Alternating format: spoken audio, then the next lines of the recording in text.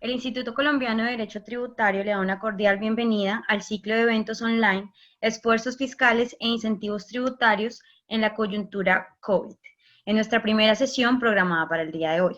Nos acompañan como conferencistas los doctores Juan Camilo Restrepo Salazar, Juan Guillermo Ruiz Hurtado y Carlos Miguel Chaparro Plazas, a quienes agradecemos por haber aceptado la invitación. El doctor Juan Camilo Restrepo es doctor en Ciencias Jurídicas de la Pontificia Universidad Javeriana, se especializó en Derecho Económico en el London School of Economics y se doctoró en Derecho Administrativo en la Universidad de París. Ha sido profesor universitario de Hacienda Pública durante muchos años y exministro de los Ministerios de Hacienda, Minas y Energía y Agricultura. El doctor Juan Guillermo Ruiz es socio fundador de Posee Herrera Ruiz, dirige el Departamento de Planeación Tributaria, Impuestos, Aduanas y Comercio Exterior. Su trabajo se centra en derecho fiscal, principalmente en temas de estructuración tributaria de transacciones locales e internacionales, en consultoría tributaria, planeación patrimonial, litigios tributarios y precios de transferencia. El doctor Carlos Miguel Chaparro es abogado de la Universidad Sergio Arboleda, cursó especialización en Derecho Tributario de la Universidad del Rosario, ha sido presidente de la IFA Colombia y miembro de la Comisión Académica del Instituto Colombiano de Derecho Tributario.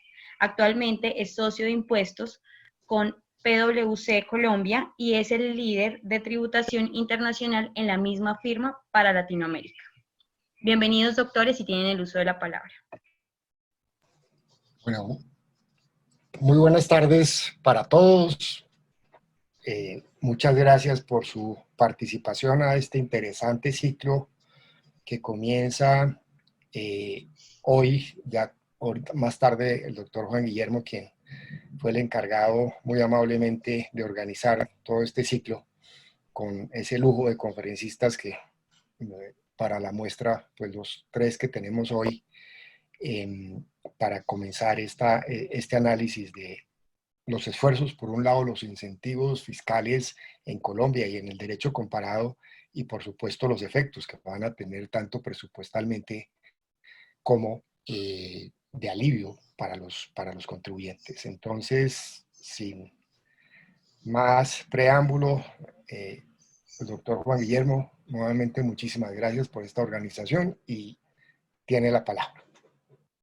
Quisiera en primer lugar agradecer al instituto por esta invitación, al presidente del instituto, al consejo directivo, cuando planteamos el tema de la importancia de hacer una discusión sobre las medidas de coyuntura, las implicaciones relacionadas con la coyuntura COVID y un poco lo que se está viendo que ocurre en otros países y lo que estamos viendo que ocurre en Colombia.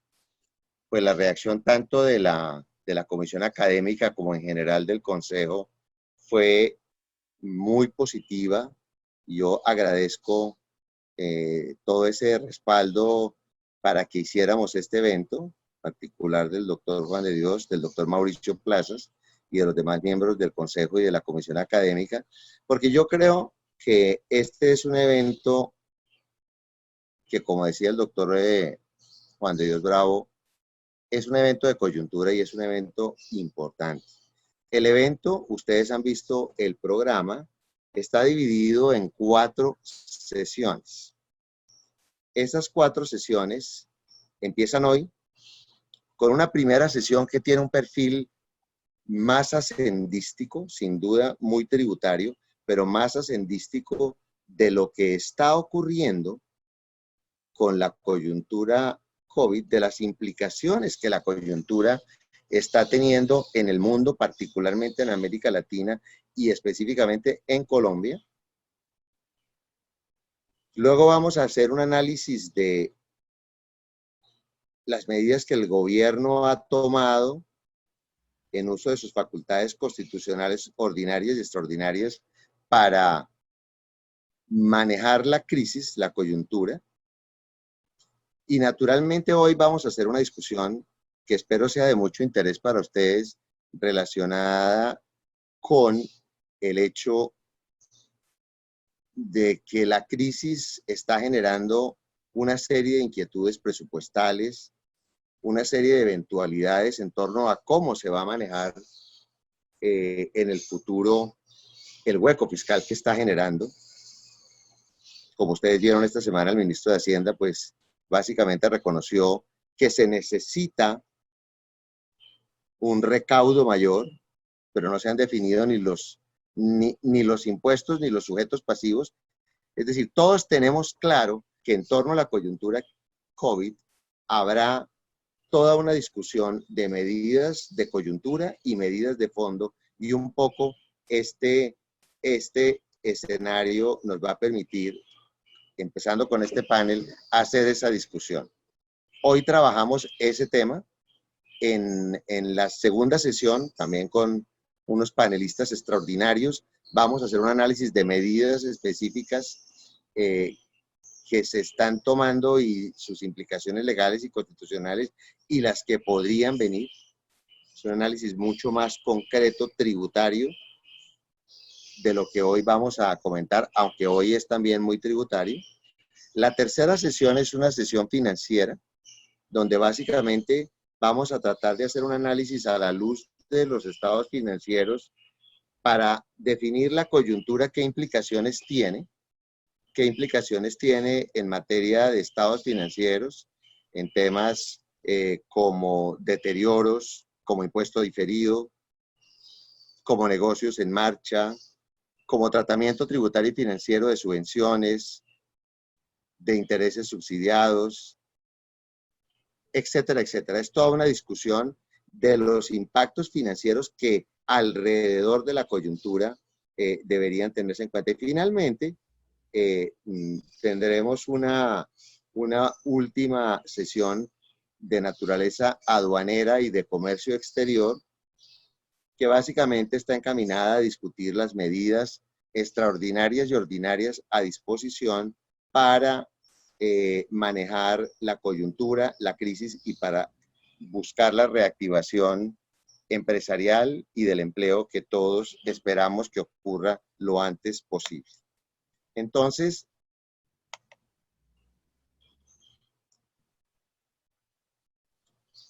si me permiten, yo coloco aquí, no sé si ya están viendo la presentación. Sí, señor. Ok, perfecto. La presentación y no sin antes agradecer al doctor Juan Camilo y al doctor Carlos Miguel por esta primera sesión, pues arrancamos. Me siento muy honrado de compartir con ellos este panel. Sé que son unos grandes conocedores de estos temas y estoy seguro que haremos una discusión muy interesante. Muy bien.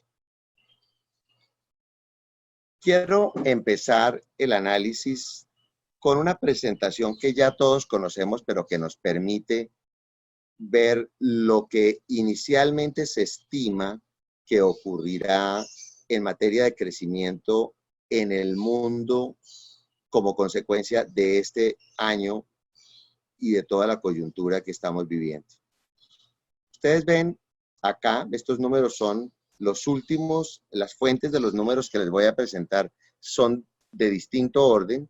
Naturalmente estoy sobre todo utilizando los últimos datos de la CEPAL que nos llegaron la semana pasada para que podamos tener una aproximación lo más cercana posible al tema de las cifras y podamos ir construyendo las implicaciones, los riesgos, las coyunturas que se deben considerar. Tenemos claro una caída general del PIB en el mundo del orden del 5.2%, en las economías desarrolladas del orden del 7%, en ciertas economías emergentes en 1.6%, en los países emergentes de Europa el 3%. Miren ustedes, unas cifras, llama la atención China, de alguna manera, que ya lo sabemos, llama la atención la zona euro, llama la atención el Reino Unido, y uno lo que ve claramente es que es un año en el cual la caída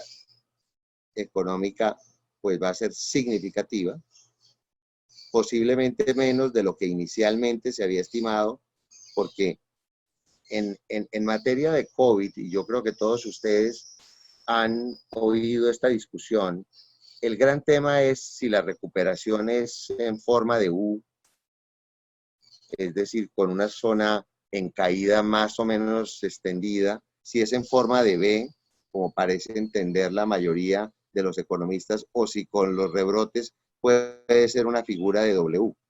Ese es un poco lo que se ve. Miren ustedes un poco lo que se está viendo, últimos datos de la CEPAL a nivel de América Latina.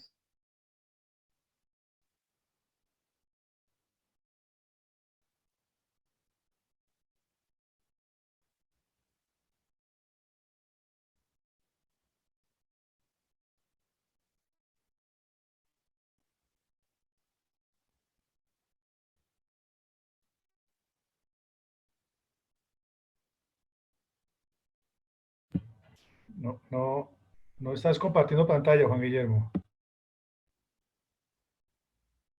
Estás en mute. Ya la comparto nuevamente. Excusas por el...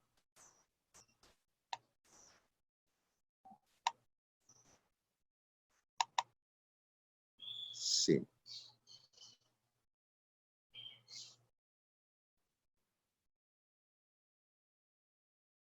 Ahí la están viendo, ¿cierto?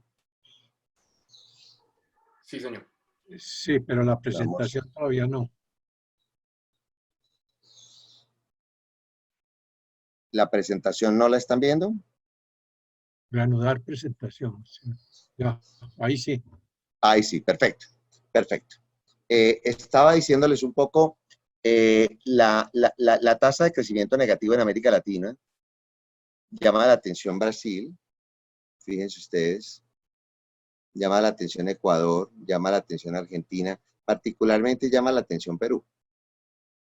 Y también llama la atención, y bienvenidos comentarios, doctor Juan Camilo o Carlos Miguel, una caída en Colombia que pareciera ser inferior a la de América Latina o a la de América del Sur en su conjunto. Sí, es la menos brusca. La menos brusca. Entonces, ¿eso Sí. qué significa? Y ahora lo vamos a integrar con las medidas que va a explicar Carlos Miguel, un poco con toda la discusión, con todo lo que hemos visto. Parecería que es menos brusca, pero uno tiene la sensación, y obviamente lo he conversado mucho con el doctor Juan Camilo, que a veces las cifras parecieran no coincidir con los temas que uno percibe, pero eso es lo que están diciendo las cifras. Ojalá sea así. Este es un tema que quería comentarles, porque es un tema que es muy interesante, porque muestra un poco lo que ha sido la variación de los índices de pobreza en América Latina y cómo la situación puede afectar. Fíjense ustedes el caso de Colombia. Nosotros venimos en los últimos 20 años reduciendo casi 20% en los índices de pobreza. Eso es muy significativo. Y llegábamos en el 19 a unos índices de pobreza del 35%, pero como consecuencia del COVID estaríamos pensando, esto es un tema grave. Es decir, en un año estamos perdiendo una parte de un recorrido que nos costó 20 años avanzar. Y un poco eso le está pasando en general a América Latina, ¿no?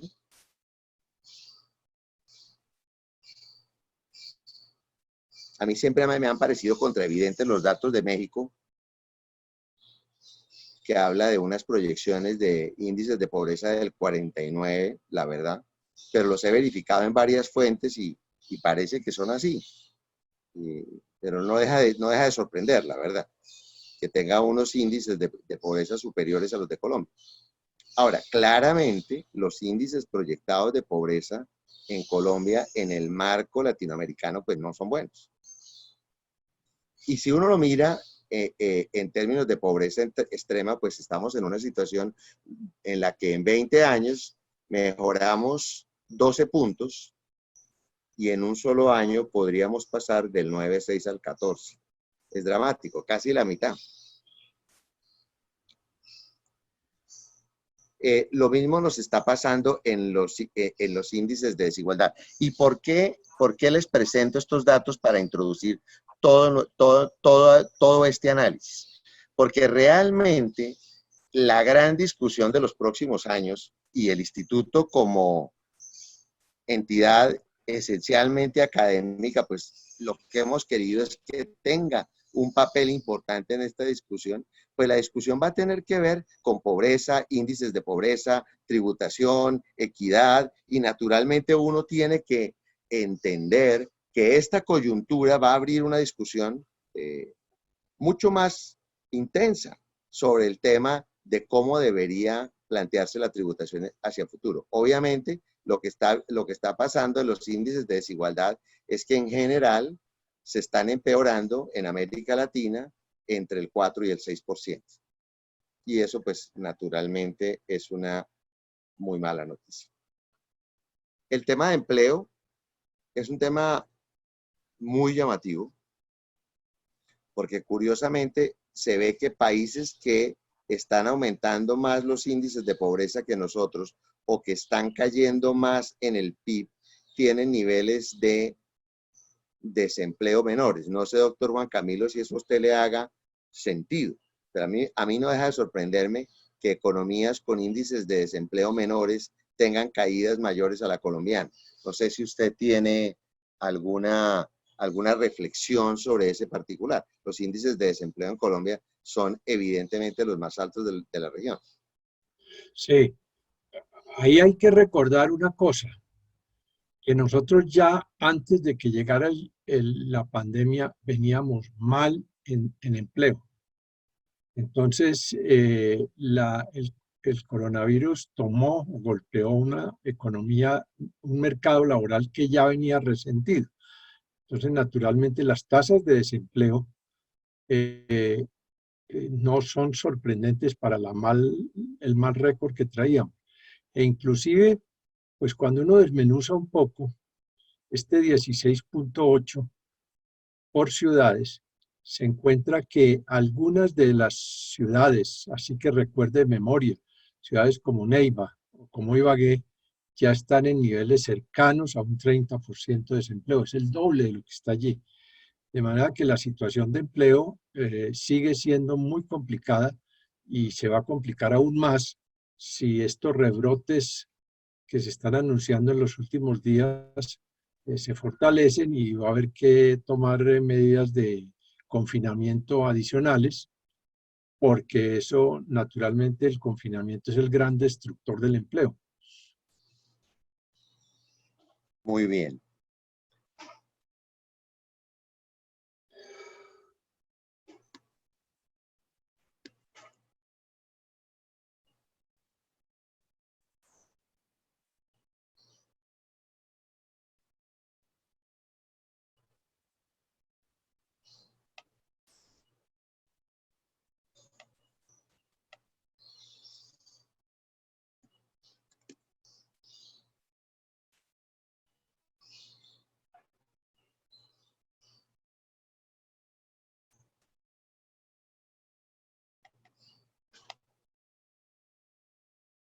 David, que no me está pasando la presentación, seguramente por algún tema de red.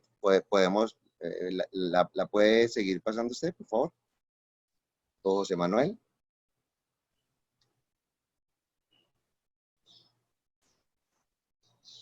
Gracias.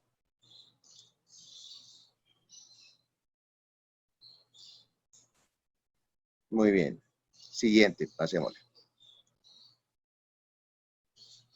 Este cuadro tiene unos factores interesantes en cuanto a las proyecciones de ingresos públicos y de ingresos totales, o de ingresos tributarios y ingresos totales, que básicamente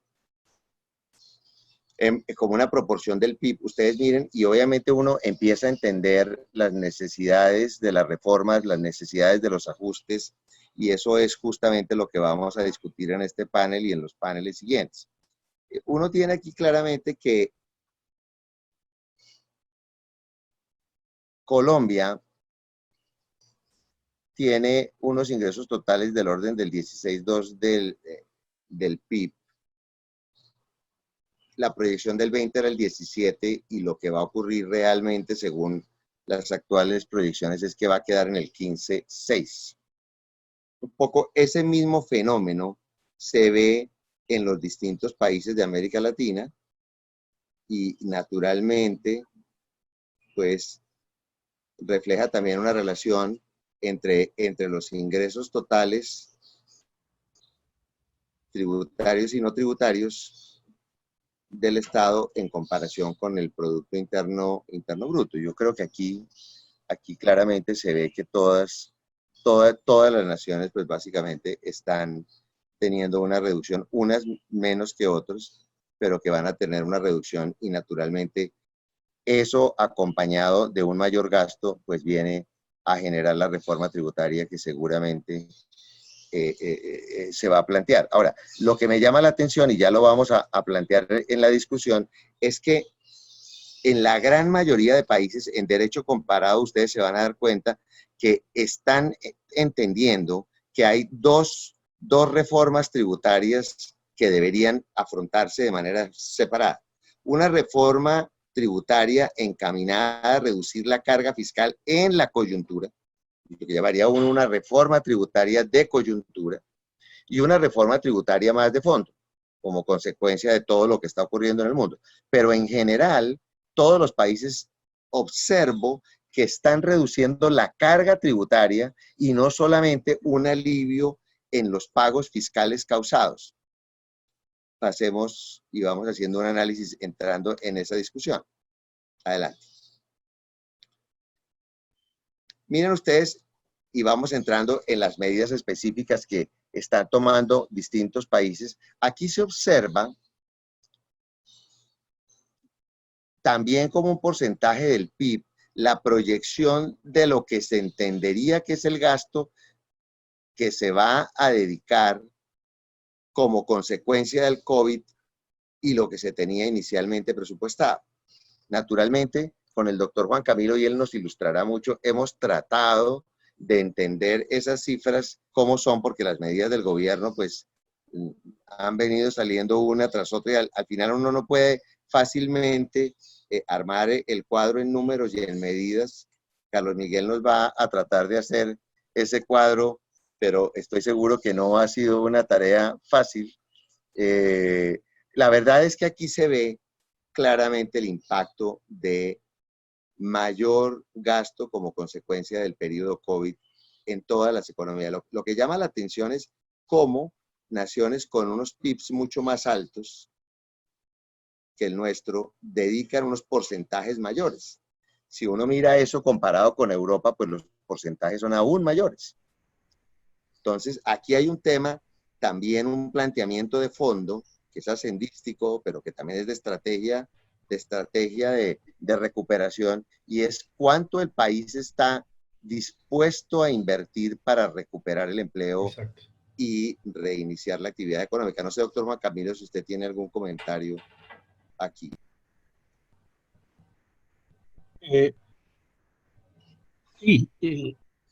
Como dice Juan Guillermo, en Colombia estamos teniendo muchas noticias, pero poca información. Porque las noticias nos dan cuenta de muchos programas y subprogramas, pero no sabemos exactamente el panorama agregado. El panorama agregado nadie lo está consolidando. Entonces, estas cifras, entre otras cosas, si son tomadas del presupuesto, uno no sabe si a veces se le está poniendo el rótulo de programa contracíclico para la pandemia a algo que ya venía como un gasto recurrente o como un gasto que de todas maneras se iba a hacer con o sin pandemia. Estamos en una gran confusión, diría yo. Ahora más adelante me voy a referir con algún detalle adicional a este punto. De manera que no me siento como en terreno firme para opinar sobre estas cifras Y la mejor muestra de lo que está pasando, pues, es bueno que el auditorio la conozca. El Instituto de Derecho Tributario, desde hace ya varias semanas, le hizo una solicitud, un derecho de petición al Ministerio de Hacienda y al Departamento Nacional de Planeación para que le informara cuál era exactamente el monto de los programas que se estaban implementando. Y no ha habido forma que nos respondan, no han respondido hasta hoy, pues a la mañana no lo habían hecho. Las cifras que a veces presenta el gobierno son unas cifras en donde se revuelven peras con manzanas. Se suman, por ejemplo, las ayudas de liquidez del Banco de la República con las ayudas presupuestales propiamente dichas, es decir, aquellas que se financian con recursos del presupuesto. Se suman gastos desembolsados con aquellos que van a hacerlo. Se suman gastos propiamente dichos con contingencias, como por ejemplo sumar el total del capital o del apalancamiento que permita el fondo de garantías, que es como si en una contabilidad de una empresa uno sumara los pasivos directos con los pasivos contingentes. Hay una gran confusión en todo esto de las cifras, desafortunadamente, y por eso son tan divergentes. Muy bien. Pero lo que sí es cierto hasta el momento es que como proporción del PIB somos un país que está gastando poco cuando depuramos peras de manzanas, créditos del Banco Central con otros, estamos gastando menos que países análogos al nuestro.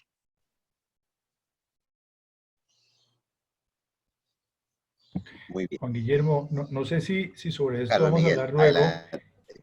pero quería decir lo siguiente en línea con lo que ustedes mencionan. Colombia ha sido un país tradicionalmente juicioso con su deuda pública. No tenemos ni mucho menos la situación que algunos países europeos tienen en cuanto al nivel, volumen de deuda, y hasta donde recuerdo nuestra deuda se sitúa alrededor del 55% del PIB, si no estoy mal. Y pienso en eso porque al ver lo que mencionamos acá, lo que ustedes mencionan, que Colombia está gastando menos de lo que debería, pues eso también es algo coherente con su, digamos, su juicioso manejo de la deuda, y eso de entrada abre una perspectiva frente a lo que se ha visto, porque uno dice, bueno, los organismos multilaterales, las agencias calificadoras dicen que es hora de meterse la mano al bolsillo por las economías profundamente, están subiendo los techos de deuda para permitir mayor margen en algunos países, etcétera. Entonces Colombia tiene mucho margen de endeudamiento, ¿sí? Si comparamos. Pero la verdad es que el nivel de gasto que tú expones acá, Juan Guillermo, pues es muy coherente con una tradición quizás conservadora, sin perjuicio de lo que menciona el doctor Juan Camilo, de que puede haber ahí un revoltijo, perdón la expresión, de muchas cosas que no da mucha tranquilidad con respecto a la integridad de la cifra. Yo De quisiera acuerdo. hacer un comentario complementario.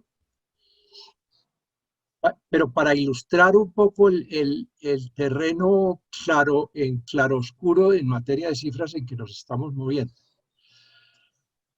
Aquí tenemos en esta lista Colombia, esfuerzos fiscales de los planes de emergencia anunciados, según CEPAL. Este es un dato de CEPAL reciente, 2.5 del PIB. Ha habido declaraciones del gobierno en las que se da cuenta que estamos gastando no 2.5, sino 11% del PIB. Y en el reportaje del domingo, que apareció en El Tiempo, que mencionaba Juan Guillermo al comienzo, el ministro de Hacienda decía que estamos gastando no 2.5, sino 3.5. Es decir, una diferencia de casi el 30%. Entonces, eso para que se vea muy bien que no nos podemos mover desafortunadamente en un terreno firme en esto de las cifras.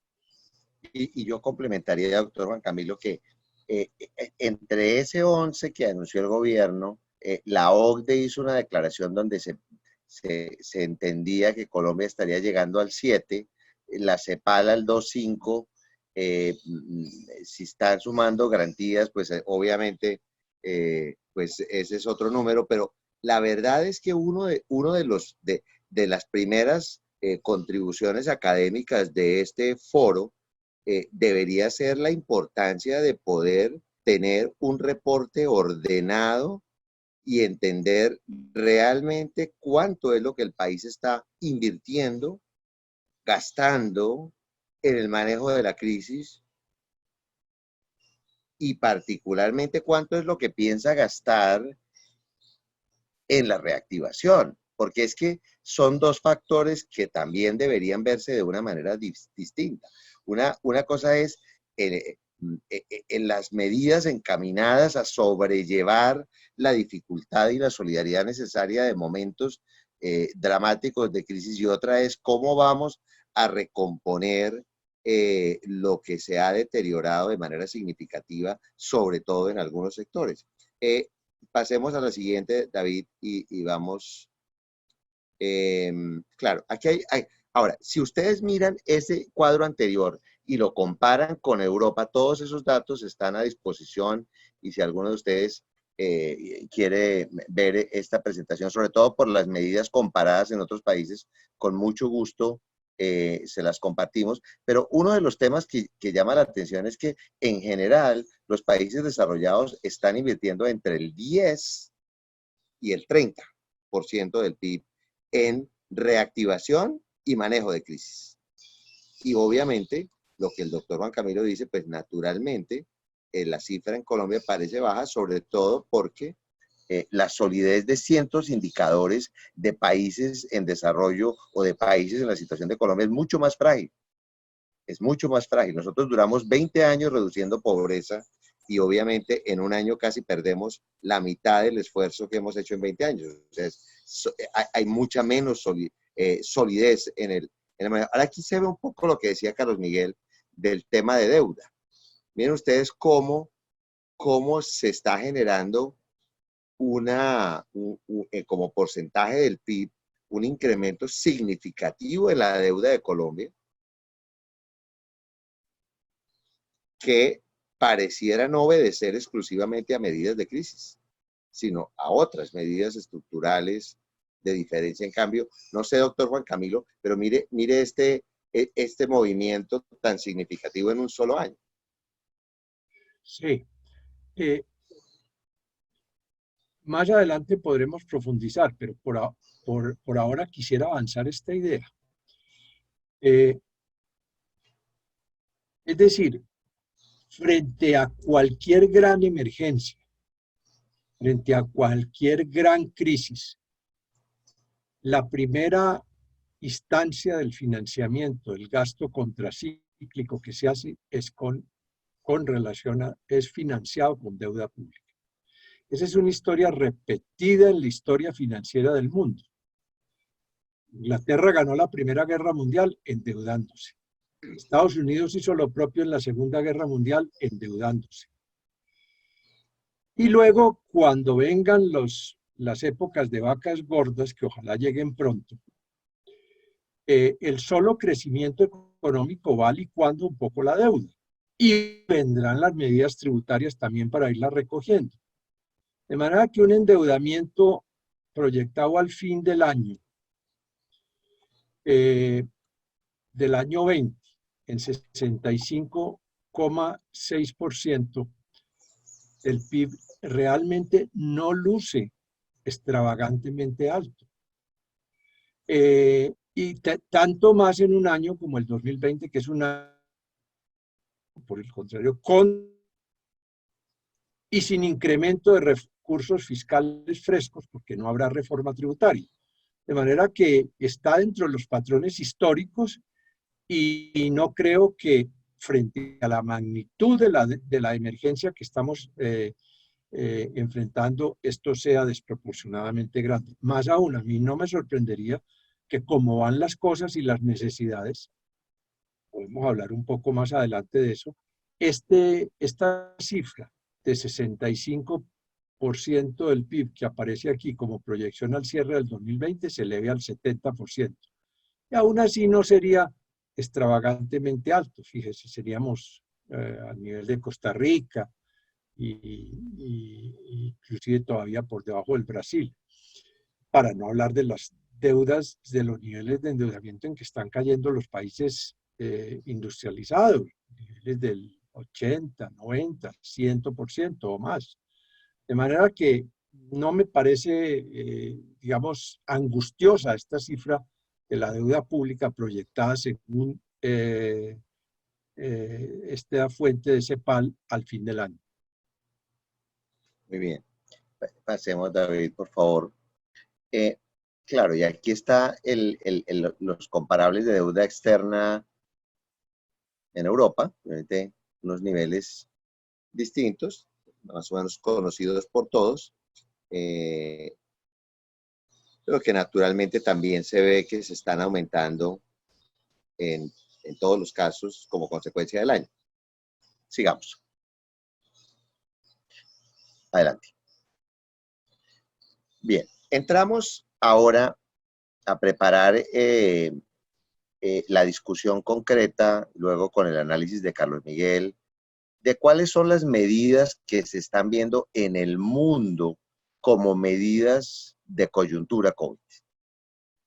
Y para esto, pues hemos hecho un análisis en el instituto y un grupo de personas que venimos trabajando en este tema, que ha sido muy interesante, porque naturalmente algunas de las medidas las hemos repetido, no necesariamente son iguales, no necesariamente tienen el mismo alcance ni los mismos valores, pero que es muy interesante saber cuáles son las medidas que se están tomando y cuáles son las facultades constitucionales en el sentido de definir quién tiene la capacidad constitucional para tomar esas clases de medidas.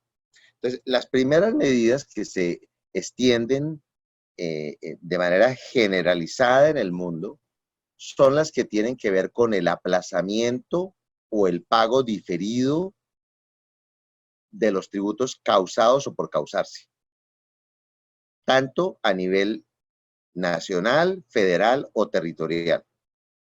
A eso ya analizaremos un poco algún detalle, pero ese alivio en el flujo de caja sin alterar la carga tributaria es un factor generalizado, yo diría muy conveniente en la coyuntura, conveniente desde el punto de vista sendístico, porque al fin y al cabo los recursos se recuperan, pero no se genera la presión en cabeza del empresariado que tiene que cubrir ciertos pagos, y no solamente están referidos a los impuestos ya causados o a los impuestos causados durante el periodo o los meses más profundos de la crisis COVID, sino que en general se podría decir que aplican para el año 21 y para el año 22, básicamente. 20, 21, 20, 21, 22, dependiendo de las medidas. Un tema que sí llama mucho la atención es el de los pagos diferidos en materia de seguridad social, que es también una política más o menos generalizada en el mundo. Es decir, o suspensiones temporales de aportes o pagos diferidos de las contribuciones de seguridad social integral o su equivalente en cada uno de los países. A esto básicamente lo hemos querido denominar para efectos de este foro el aplazamiento o el mejoramiento o el alivio en el flujo de caja a través del aplazamiento de tributos causados o de contribuciones causadas. Ya nos contará Carlos Miguel que algo ha hecho el gobierno en ese sentido. Yo la verdad tengo la impresión de que ha hecho un esfuerzo grande, pero creo que comparativamente con lo que veo que está ocurriendo en el mundo, sí nos hemos quedado cortos. De eso no tengo duda, porque la verdad es que el análisis, o sea, la única manera de saber hasta dónde estamos haciéndolo bien o hasta dónde estamos realmente tomando todas las medidas, pues es hacer un análisis de derecho comparado. Y esto es un poco lo que queremos presentarles ahora. Ahora, un segundo grupo de medidas es el que tiene que ver con subsidios y apoyos directos. Y eso normalmente está más orientado a personas que a empresas, pero también se observa en muchas jurisdicciones. Ahora vamos a ver casos y de hecho la presentación tiene el detalle de muchísimos más casos de los que vamos a discutir, donde están figuras de subsidios, apoyos directos, apoyos de nómina, contribuciones particulares encaminadas al salvamento de empresas. Bien. Eso básicamente serían subsidios y apoyos directos. Luego, el tercer grupo de medidas está orientada, como decía el doctor Juan Camilo, a créditos especiales, a créditos subsidiados y a garantías públicas para facilitar los créditos correspondientes. Y algo que realmente solo hemos visto por excepción en Colombia, por excepción, Carlos Miguel nos lo va a explicar muy claramente, es la reducción de la carga tributaria, que sí se está viendo en esas medidas de coyuntura en todos los países del mundo. Casi todos los países están reduciendo la carga tributaria, no solamente aliviando el flujo de caja, sino reduciendo la carga temporalmente, obviamente, temporalmente. David, vamos mirando un poco detalle de estos análisis para abrir el espacio para... Entonces, por ejemplo, y lo van a ver ustedes en la presentación, pero me parece que para efectos del análisis macroeconómico, del análisis de lo que nos espera, del análisis de la coyuntura tributaria, pues naturalmente uno debería pensar qué de estas medidas son de coyuntura, qué de estas medidas podrían eventualmente no ser tan de coyuntura y ser más de reactivación, porque la gran discusión en el fondo es qué medidas son de coyuntura y hasta dónde van y dónde empiezan las medidas de reactivación y hasta dónde van. Aplazamiento de pagos, tributos nacionales o federales. En general, van a ver la lista. Todos los países tienen aplazamientos parecidos a los que hicimos Colombia, más generosos, diría yo, en términos generales. Aquí tenemos, o sea, no voy a entrar en el detalle porque mal que bien lo tienen en la presentación y lo que interesa es que nos imaginemos la figura del aplazamiento de pago. Yo estoy convencido, se los digo con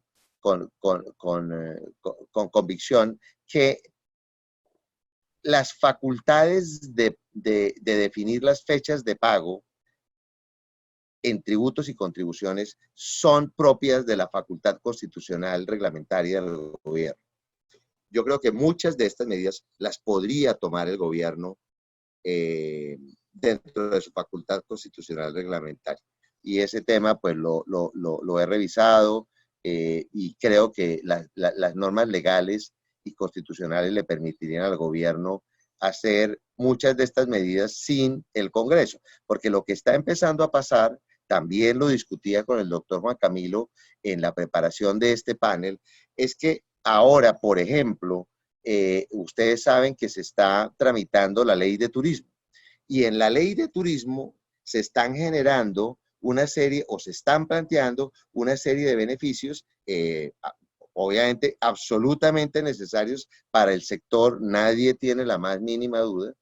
Yo naturalmente considero que son absolutamente necesarios en materia de IVA, en materia de impuesto nacional al consumo, tanto en lo que se llamaría hoteles, restaurantes y bares, que tal vez son de los sectores más golpeados en las economías en general en el mundo. Pero ¿qué nos llamaba la atención y me comentaba el doctor Juan Camilo es, pues realmente uno de los grandes problemas de nuestro régimen fiscal es que se desarticula fácilmente y no quisiera poner en mi boca palabras, yo creo que usted lo podría comentar mucho mejor, doctor Juan Camilo, en el sentido de lo que es una integralidad de la regulación tributaria y no una colcha de retazos. No me lo dijo usted así, pero yo sentí que esa era un poco la lógica de la problemática de ahora empezar a generar beneficios según la presión gremial de unos o de otros y desarticular más. No sé, me encantaría oír su comentario, doctor Juan Camilo, sobre ese tema. Sí, gracias, Juan Guillermo. A ver, para poner en contexto las cosas. El gobierno conformó una misión de expertos conformada curiosamente en su totalidad por profesores extranjeros para que estudie el frondoso árbol de las gabelas, de las minoraciones, de las exenciones, de las deducciones tributarias. Y esta comisión va a rendir su informe a mediados del año entrante. Yo tengo la impresión que la llamada reforma tributaria va a tener como espina dorsal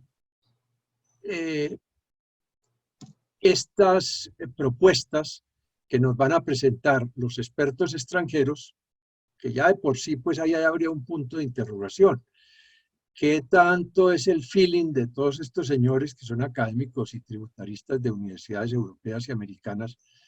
¿Qué tan fino es el feeling para entrar en este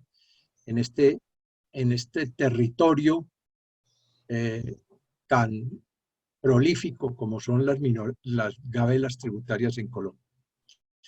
Pero sin lugar a dudas, una de las conclusiones a que estos señores van a llegar, y uno se puede anticipar por las cifras a predecir qué van a decir un sistema que tiene un costo fiscal de 92 billones de pesos al año, que eso es lo que están valiendo las exenciones, las minoraciones, las deducciones, los tratamientos especiales. 92 billones, repito, no es sostenible, no, ningún sistema tributario es sostenible. Ahora bien, resulta que 72 de esos 90 billones es por cuenta del IVA. O sea, la rama más frondosa del árbol de las minoraciones y de las exenciones tributarias de Colombia es el IVA. Entonces, estamos haciendo aún más difícil la tarea analítica que estos profesores van a entregar en sus conclusiones, porque si además, adicional a lo que ya existe en el IVA, 70 de exenciones y de exclusiones versus 90 que vale el costo total de los tratamientos de excepción en la tributación colombiana, si le vamos a seguir colgando y colgando cosas como las que se están haciendo para la ley del turismo, pero en esta emergencia se ha recurrido al IVA con mucha frecuencia. Pues claro, porque es un mecanismo muy atractivo, muy llamativo, es aplaudido, y el sector que está en dificultades, así eso no lo saque del problema, pues aplaude y recibe muy bien una que lo excluyan del IVA o le hagan una exención importante.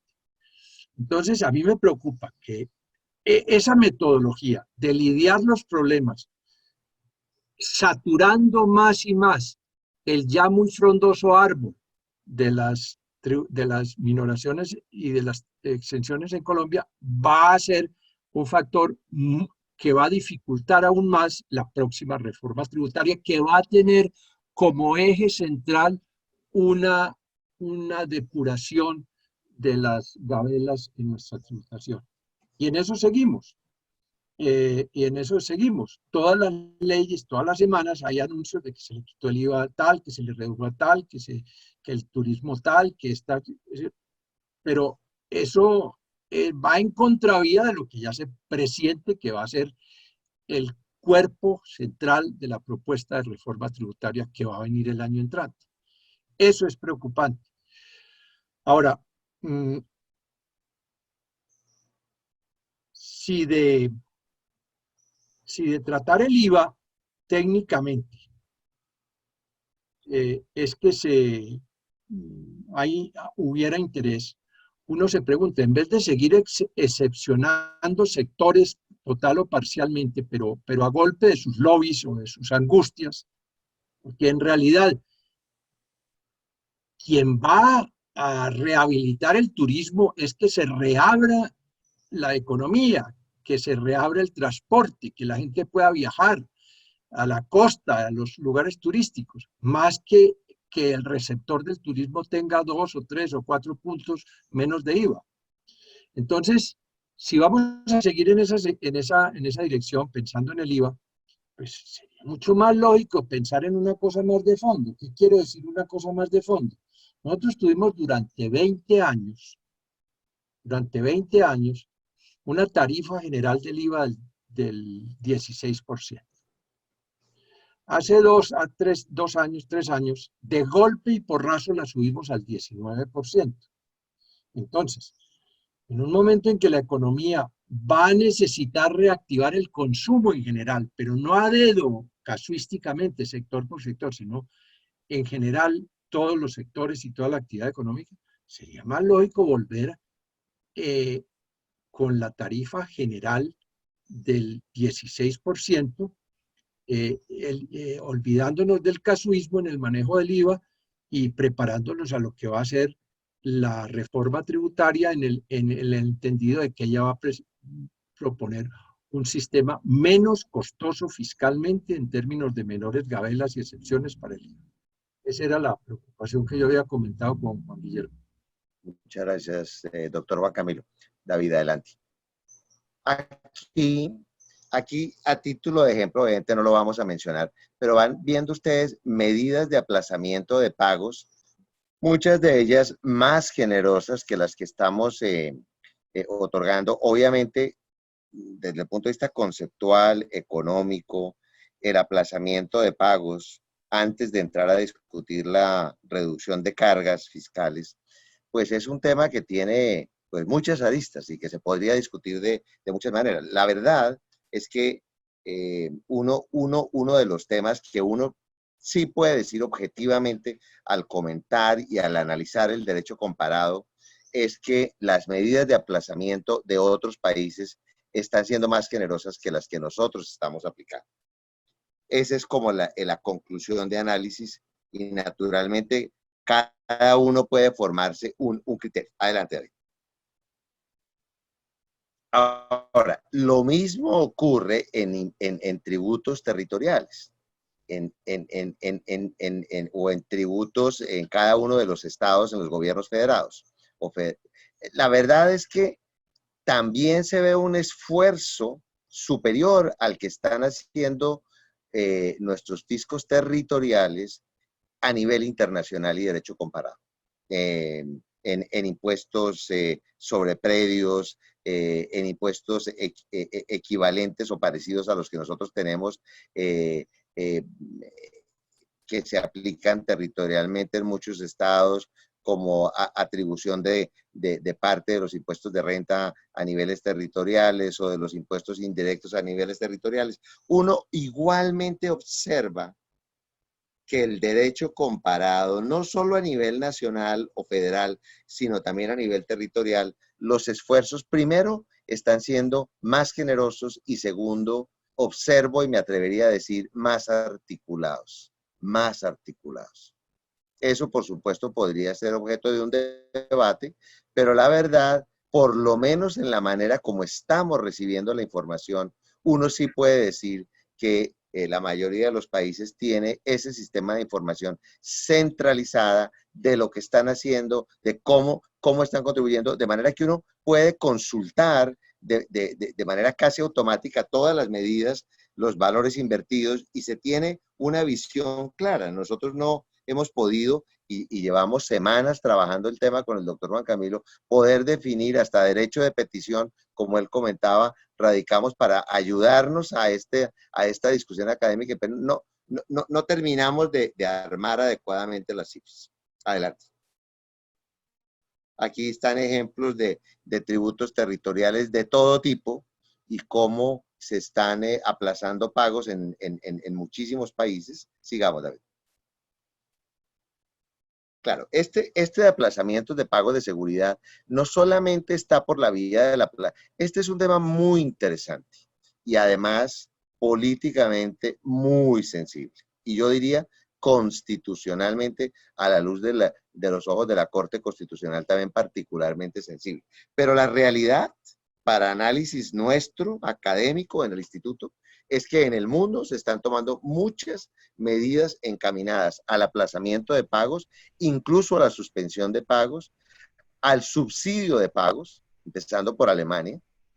Ustedes ven ahí toda una serie de ejemplos encaminados al alivio de las contribuciones obligatorias de salud, de las contribuciones obligatorias de pensiones y de aportes de nómina, llamemos los equivalentes a nuestros parafiscales.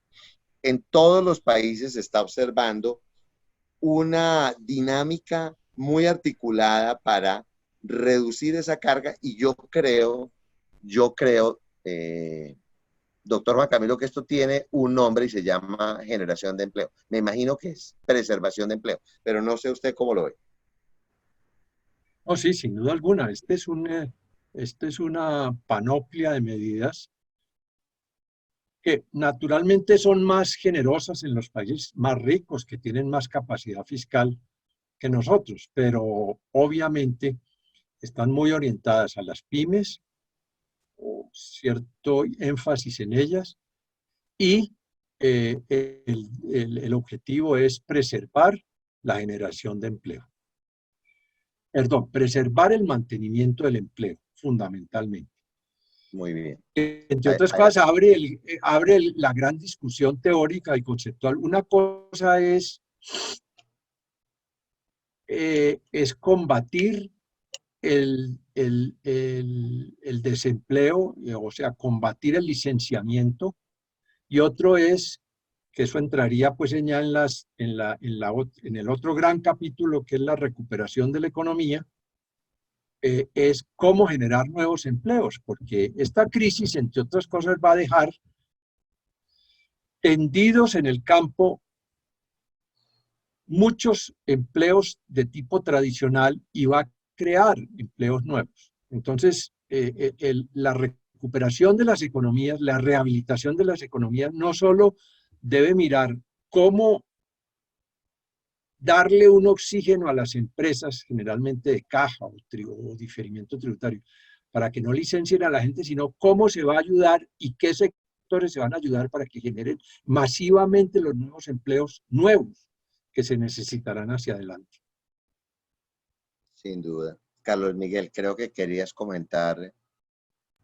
Sí, sí, Juan Guillermo, viendo la presentación y la investigación que me parece excelente, veo que lo que ha hecho Colombia no es muy diferente de lo que está pasando en otras jurisdicciones. Es decir, de pronto vi que Italia se atrevió a rebajar el impuesto de sociedades por algún plazo, pero en general veo los países mirando el tema de la caja, como tú lo dices, promoviendo empleo, como lo dice el doctor Juan Camilo, pero medidas más profundas de reducir cargas fiscales, pues parece que no.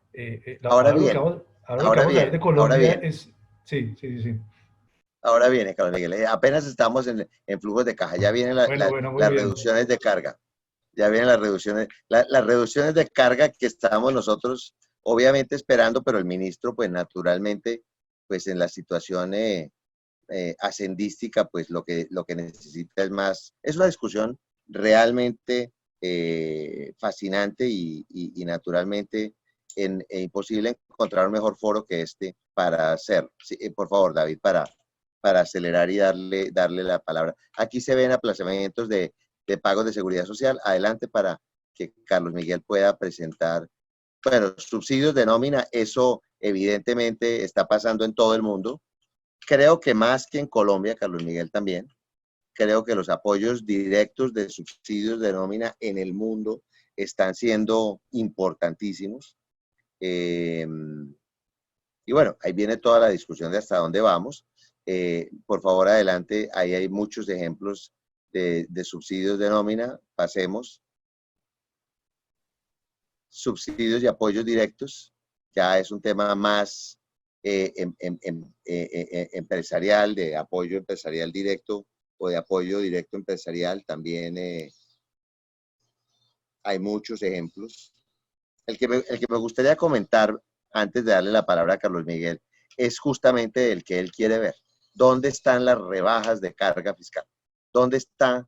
¿Qué están haciendo en lo que hemos tratado de, y así nos gustaría discutirlo con ustedes en este panel, de entender y de manejar la diferencia entre, claro, esa reforma o esa coyuntura de alivio tributario, no solo en el flujo de caja, sino en la carga fiscal misma. Adelante, David, vamos mirando aquí. Estos son subsidios y apoyos directos, muchos ejemplos. Yo creo que esto puede ser interesante. Créditos y garantías, pues naturalmente lo hemos visto en el mundo entero. En Colombia también. También creo que en general el mundo nos está ganando en créditos y garantías. Adelante. Ejemplos y ejemplos que pueden ser de utilidad para referencia de análisis de cualquiera de ustedes que lo considere oportuno. Y pasamos a carga, creo. Adelante. Claro, aquí está. Y vamos a empezar a mirar qué está haciendo. O sea, yo no sé si tuviste, Carlos Miguel, Chile bajó la tarifa del impuesto de renta para empresas durante 2 años de una manera significativa.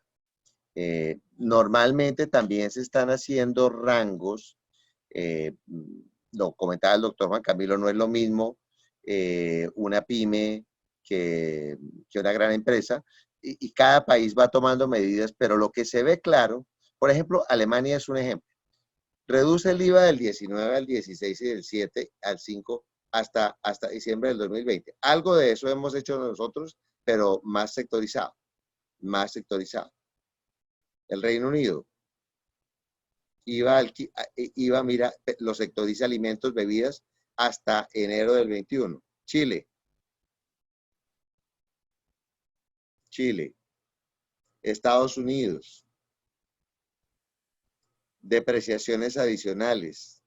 Cuando uno mira, sigue la siguiente, David, ahí debe estar. Cuando uno mira este análisis de detalle de carga, sí se da cuenta que en general, y un poco es el planteamiento para la discusión, las medidas sí son de alivio en los flujos, de disminución coyuntural de cargas y en algunos casos de reducción más extendida de cargas tributarias, sobre todo en renta y en impuestos indirectos, IVA o impuesto al consumo. Carlos Miguel, yo creo que si tú arrancas con lo colombiano, podemos ir armando una discusión cada vez más interesante. Espero que los asistentes estén disfrutando esta discusión.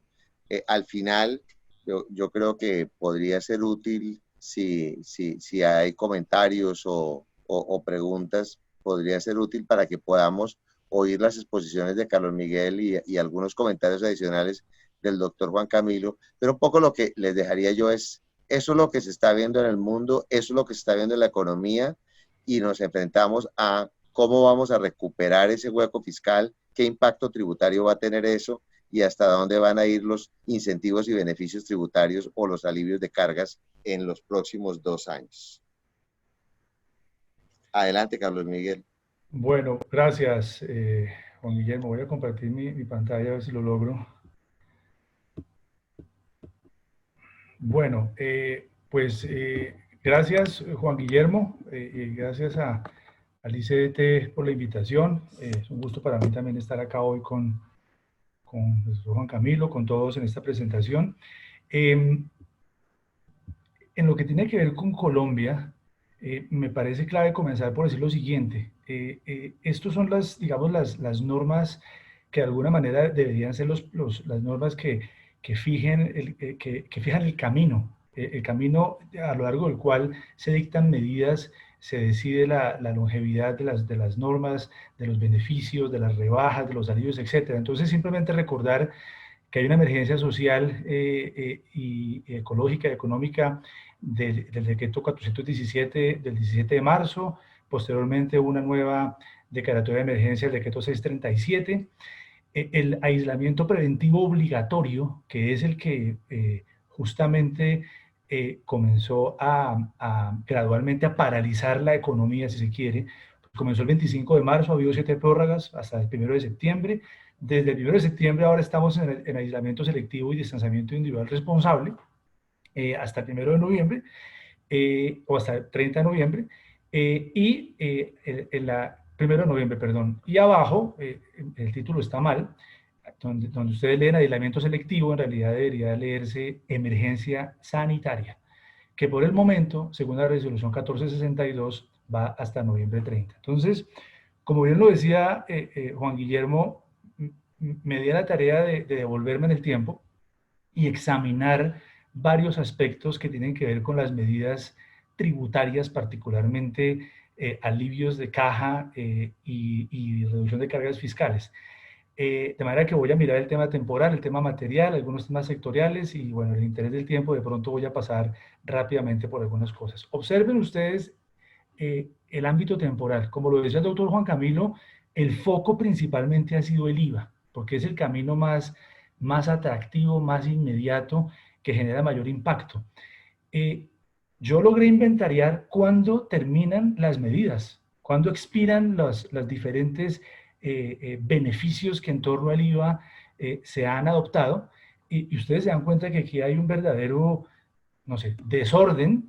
Unas medidas vencen o vencieron en julio, otras en agosto, algunas lo harán en diciembre, otras en junio del año entrante, otras el 31 de diciembre del año entrante. En algunos casos hay normas que no tienen una fecha específica, sino dicen que esto estará vigente por el término de la emergencia económica. Otro decreto dice que durante el tiempo en que perduren las causas que motivaron la emergencia estará vigente esta rebaja. Y algunos otros, la mayoría por fortuna, a mi modo de ver, conectan la vigencia de la rebaja o del alivio con la emergencia sanitaria. He destacado aquí el artículo 215 de la Constitución Política, porque recordemos que el gobierno tiene capacidad en estas facultades extraordinarias o muy excepcionales para modificar o crear tributos, pero tiene un límite temporal que es la vigencia fiscal siguiente. Entonces, como la Corte lo ha dicho en algunos de los fallos que ya han salido, hay normas que no se pueden prolongar en este momento más allá del 31 de diciembre de 2021. En el tema de la caja, la desarticulación en la vigencia ocurre también. Hay temas que competen el año 2019 y otros el año 2020. Algunas medidas expiran el 30 de noviembre, otras ya expiran el 6 de agosto. Hay algunas sectoriales que van hasta el 2021. 30 de marzo, y luego de nuevo, me parece que, como lo diré más adelante, lo más apropiado, algunas se conectan con la vigencia de la emergencia sanitaria, y por supuesto, en materia de vencimientos ha habido pues un rosario de normas que ahora vamos a tratar de ver. Mirando la vigencia con los temas, con los temas de cada norma, pues encontramos que el IVA, como bien lo decíamos, es el foco principal. El impuesto de renta no hay nada. De pronto hay una renta exenta que quedó uno de los decretos legislativos en relación con el sector del transporte, pero más allá de eso, la mayoría de rebajas fiscales están concentradas en el IVA, sino la inmensa mayoría. Y entonces observen ustedes acá que dos decretos inicialmente abordaron el tema de bienes exentos, particularmente los bienes destinados a combatir desde el punto de vista médico la pandemia. El primer decreto decía que estará vigente durante la emergencia económica, sobra explicar que eso no tenía, digamos, mayor coherencia. El siguiente que lo reemplazó ya se conecta con la emergencia sanitaria, y de ahí para adelante, pues estoy reiterando cómo el gobierno ha tratado, sin éxito, de modo de ver, de darle una vigencia a las normas, como si cada norma tuviese un mundo diferente y un contexto diferente y una motivación es diferente. El trasfondo es el mismo. La emergencia sanitaria es el resultado del análisis técnico-científico que hace el gobierno sobre el estatus y la profundidad del impacto de la pandemia.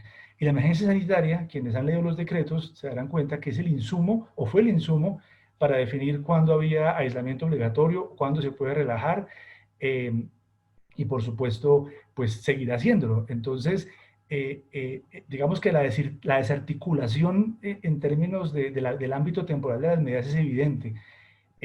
El servicio de arrendamientos comerciales quedó excluido de IVA temporalmente hasta el 31 de julio. No logré encontrar la explicación para eso. Intenté conectar algunas de las medidas con la emergencia económica, pero es difícil, y la sensación que me queda naturalmente es que pues esto es una especie como de cuentagotas. Van saliendo las normas al ritmo de los acontecimientos y se van creando o adoptando medidas cuya temporalidad pues depende de factores que no son fáciles de extraer. En el tema de caja ocurre exactamente lo mismo. Las devoluciones abreviadas, o las cuales hablaré ahora, pues están conectadas desde el comienzo con la emergencia sanitaria. Yo pienso que esta es una de las medidas en las que ha habido mayor consistencia. Ahora les diré por qué. El alivio de pensiones fue una rebaja temporal de un par de meses, a la postre declarado inexequible. Uno de los casos, digamos, más evidentes, no sé si de lobby o de mejor posición o de una mejor capacidad negociadora, no lo sé, es el Fondo de Garantías Agropecuarias. Obtuvo una reducción en la tarifa de retención en la fuente hasta el 31 de diciembre del año entrante. Solo hay 2 casos en lo que pude investigar de medidas que disminuyan el impacto de la retención en la fuente en el flujo de caja mediante reducción de tarifas o eliminación. De resto, todo el mundo siguió igual y seguimos igual en este momento en ese ámbito. En temas de tasa de interés moratorio, pues hay un programa que va hasta el 30 de noviembre. Hay una especie como de amnistía para declaraciones presentadas entre el 1 de abril y 1 de julio sin pago, para las cuales hasta el 6 de agosto pasado había plazo o de pagar o de hacer una facilidad de pago con estas prerrogativas, reducción de anticipo sectorial y a nivel territorial, un decreto que si yo antes cuando estaba preparando la presentación decía, al gobierno le falta atrevimiento, le falta innovación, le falta creatividad porque las medidas son como muy repetitivas, como muy predecibles, excepto algunas. Y decía yo, en materia territorial, la agresividad fue absoluta. Rebajas de impuesto, constitucionalmente eso está prohibido, y diferimiento de impuestos, que eso me parece muy bien, diferimiento, hasta junio de 2021. Leí ahora que este decreto ya hoy la Corte comunicó que concluyó su examen constitucional. Como era de esperarse, la rebaja del impuesto fue declarada inexequible y varias otras normas, de manera que no digo más sobre ese decreto porque ha habido algo ahí hoy, pronunciamiento de la Corte. Entonces, de nuevo, en el ámbito temporal, pues la desarticulación es evidente y no responde ni a la emergencia sanitaria, ni a las medidas de confinamiento obligatorio, ni preventivo. Es algo que surge evidentemente ahí. Me llamó la atención de este sector, artes escénicas. Por algún motivo logró que un decreto se dedicara exclusivamente a este ámbito. También tuvo reducción de tarifa de retención en la fuente y en algún caso eliminación.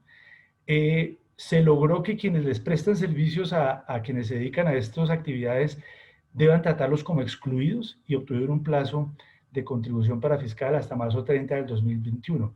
Uno se pregunta cuál es el sentido de una medida sectorial de esta índole cuando hay numerosas otras industrias impactadas que no tuvieron las mismas prerrogativas. Me parece que esto hace parte también de esa costumbre que tenemos seguramente del que mejor haga lobby, como decía el doctor Juan Camilo, o el que sea más exitoso en proponer medidas. Eso es lo que percibo yo con respecto a esto. Si hacemos unas conclusiones rápidamente sobre el ámbito temporal, yo diría el estándar mínimo de vigencia, mínimo, debería ser la emergencia sanitaria, porque cada vez que hay una prórroga, como decía, está precedida de un análisis científico, y ese análisis científico es el que decide si hay un aislamiento obligatorio, como podría haberlo a partir de los rebrotes, o si seguimos con un aislamiento preventivo. Por supuesto que al amparo de la emergencia económica, de las emergencias económicas de este año, no puede haber normas que se extiendan más allá de 2021. Hay una proliferación de exclusiones y exenciones de IVA, coincido plenamente. Estamos recurriendo al expediente tradicional de adornar ese frondoso árbol que mencionaba el doctor Juan Camilo, uno de cuyas ramas más grande es el IVA, y tratamientos sectoriales no muy claros, como los que mencionaba yo ahora.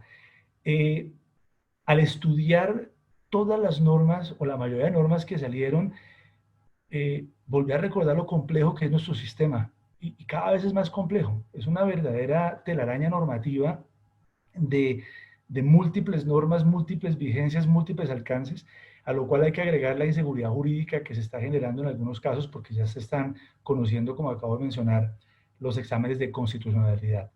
Y en materia de vencimientos, pues multiplicidad de plazos, dispersión de plazos, sobre eso regresaré más adelante.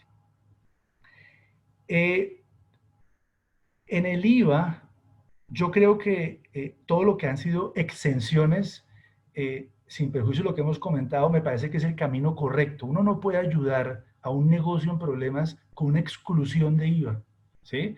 El camino correcto es la exención porque eso no impacta a su PIG. Seguro que si se le preguntara a todos esos sectores que han sido destinatarios de estas exenciones o exclusiones, si se les preguntara qué preferirían y supieran de lo que estamos hablando, dirían, por favor, 1000 veces una exención, no quiero una exclusión. Aún así, inexplicablemente, de la mano de las exenciones hay exclusiones, ¿sí? Entonces, por ejemplo, el servicio de restaurante, para no ir más lejos, volvió a quedar excluido hasta el 31 de diciembre de 2020. Y eso ya había cambiado, justamente porque los gremios se habían quejado del profundo costo en su PIG por el IVA costo. Entonces, yo no entiendo cómo puede uno ayudar a un sector con una exclusión. En ese caso, me parece que eso no está bien. Legislación permanente, el IVA, alguna exención en servicios móviles y de Internet que estuvo vigente hasta el 14 de agosto. Hay un proyecto de ley muy avanzado que propone volver a legislación permanente, de manera que esto va en línea con lo que mencionaba Juan Guillermo. En temas de implementación, quiero decir rápidamente que los decretos carecen de la sensibilidad necesaria para alinearse con los negocios. Un tratamiento que cambie en el IVA para gravar, para desgravar o para introducir una exención no es algo que se pueda aplicar al otro día. Eso requiere una implementación, requiere tiempo, un esfuerzo, coincidir con ciclos de facturación, y nos dimos cuenta en estos meses de la multiplicidad de problemas que hubo para implementar esos cambios, con el agravante de que como no se pueden implementar de inmediato, como lo creería, por ejemplo, un decreto, pues hay que hacer muchos trabajos manuales y eso genera riesgo en las organizaciones y riesgos frente a la DIAN. Entonces, creo que hay mucho todavía por trabajar. Celebro que el gobierno haya utilizado el régimen de exenciones. Lamentablemente también adoptó exclusiones, no entiendo por qué, y me parece que esa no es la ruta. Y me parece que el tema de sensibilizar las normas en torno a la implementación es algo clave. De pronto en el capítulo arancelario que vendrá en la tercera o cuarta sesión de estos ciclos, se hablará de que hay normas de transición muy interesantes que dan mayor certeza, mayor seguridad jurídica. Bueno, la complejidad ya lo dije. Caja, la amnistía territorial es inconstitucional, lo escribí y pues la Corte acaba de decir que lo es. No sé si con retroactividad, preocupa porque hubo numerosos casos de contribuyentes que se acogieron a esas medidas para clasificar o para calificar para la rebaja de impuestos y sanciones.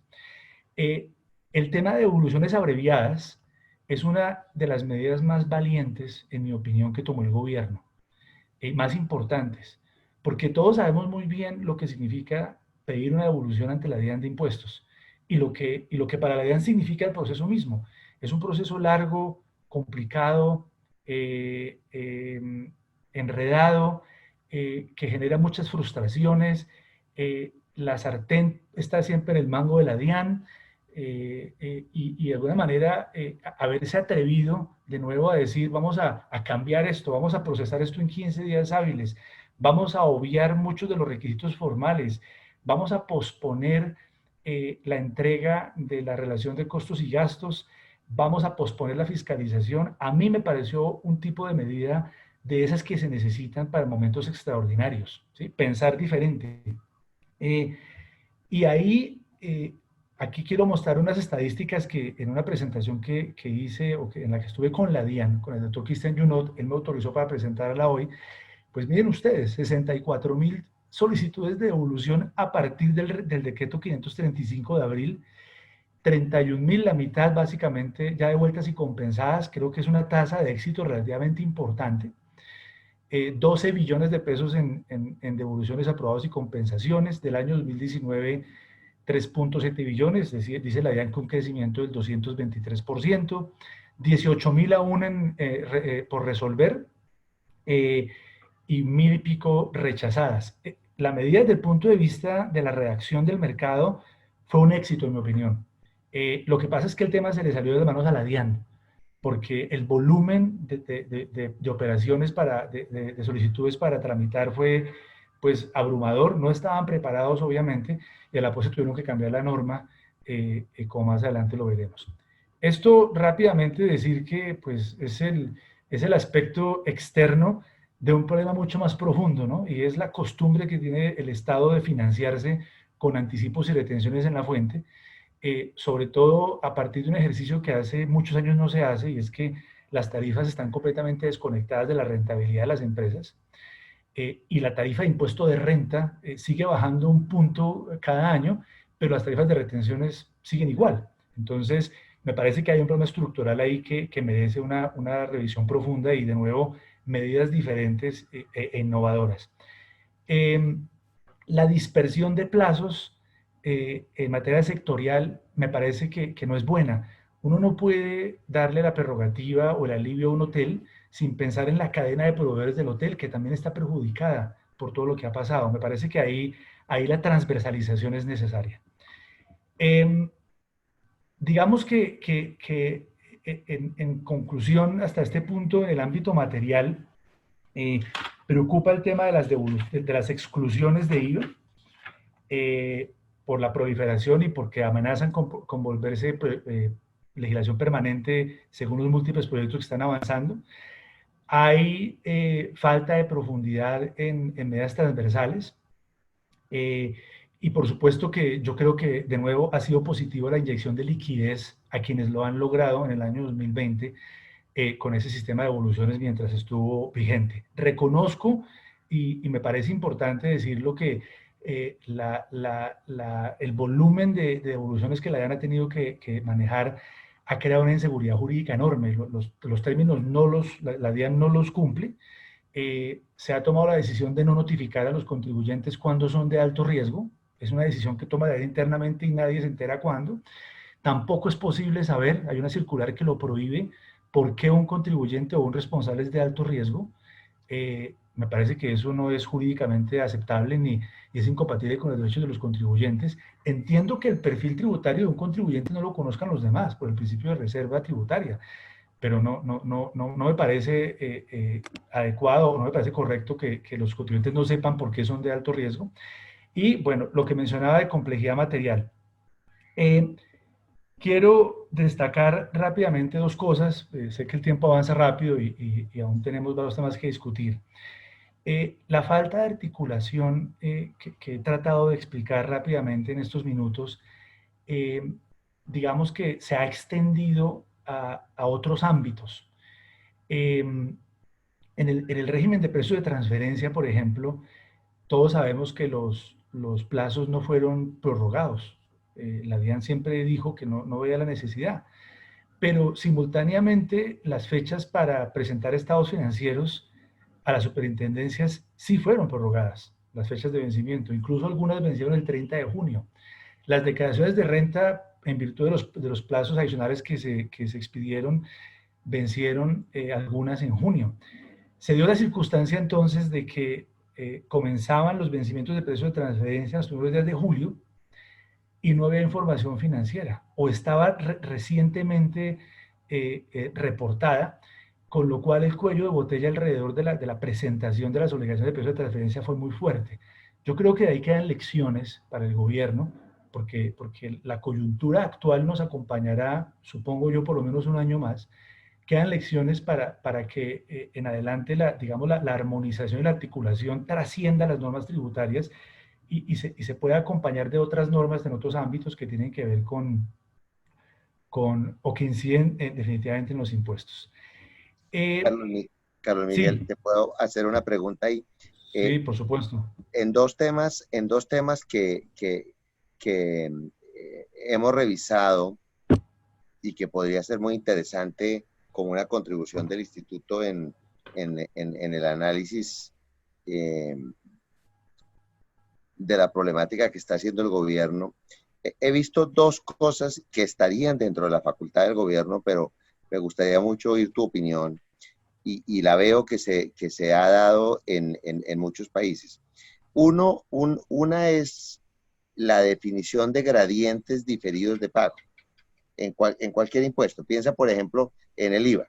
Y entonces, con la presentación de la declaración, se paga una sexta parte del impuesto realizado en esa y en la siguiente, la segunda sexta, y en la tercera sexta, y así se generan unos gradientes de pago en el tiempo.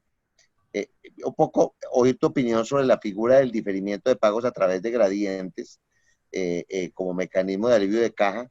Y la otra que me llamó mucho la atención y también me gustaría mucho oír tu opinión, es que en una discusión yo le insistía a algunas personas en la importancia de reducir los anticipos, que obviamente requiere reforma de ley, y curiosa, para mi sorpresa, me dijeron que el problema que ellos estaban viendo no eran los anticipos, sino, como tú lo dices, las retenciones, porque los anticipos obviamente en situaciones en las que la tarifa corriente o el resultado del periodo baja sustancialmente, me sorprendió mucho, y lo que realmente querían, que también es facultad reglamentaria del gobierno, era bajar retenciones y autorretenciones. Simplemente, perdona que te interrumpí, quería comentarte, me gustaría mucho oír tu opinión sobre ese par de puntos. Sí, sí, Juan Guillermo, voy a comenzar por el segundo. Recordemos que más o menos a la altura del mes de marzo hubo voces que pedían una reducción general de anticipo.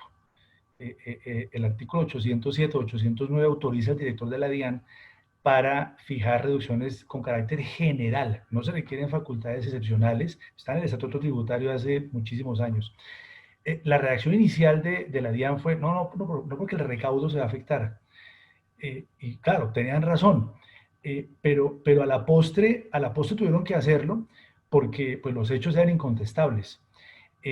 Lo que pasa es que la reducción fue sectorial, alcanzó al sector petrolero y a, no sé, 10, 15 otras actividades económicas, no fue general, pero yo sí creo que el anticipo tiene un peso muy importante en lo que está pasando. Y a propósito de lo que tú preguntas, junto con las retenciones en la fuente, el año 2020, o más bien, en abril, mayo, el año entrante, vamos a estar viendo un año 2020 lleno de cuentas por cobrar a la DIAN por parte de los contribuyentes, bien sea a título de anticipos que tuvieron que liquidar, o simplemente por cuenta de las retenciones en la fuente en un contexto económico pues, que ha sido muy difícil y que afecta a las utilidades de las compañías. Entonces, lo que hemos visto este año se va a repetir seguramente el año entrante, y de nuevo acudiendo a lo que decía de elecciones, pues la DIAN debería prepararse y ofrecer medidas, digamos, más profundas, un verdadero régimen automático, no a pedido, automático, utilizar el perfilamiento de los contribuyentes y los responsables para garantizar devoluciones expeditas automáticas, que luego fiscalicen naturalmente, pero digamos que hay debe haber medidas diferentes. Y en lo que tiene que ver con el diferimiento de pagos, no sé si tu pregunta es si eso corresponde al ámbito de facultades extraordinarias o facultades ordinarias, pero si eso era, me parece, estoy convencido que no se necesitan facultades extraordinarias para eso, las ordinarias son suficientes, y creo que es necesario, Juan Guillermo, porque si miramos las normas que hemos discutido hoy, su temporalidad, su objetivo, su ámbito material,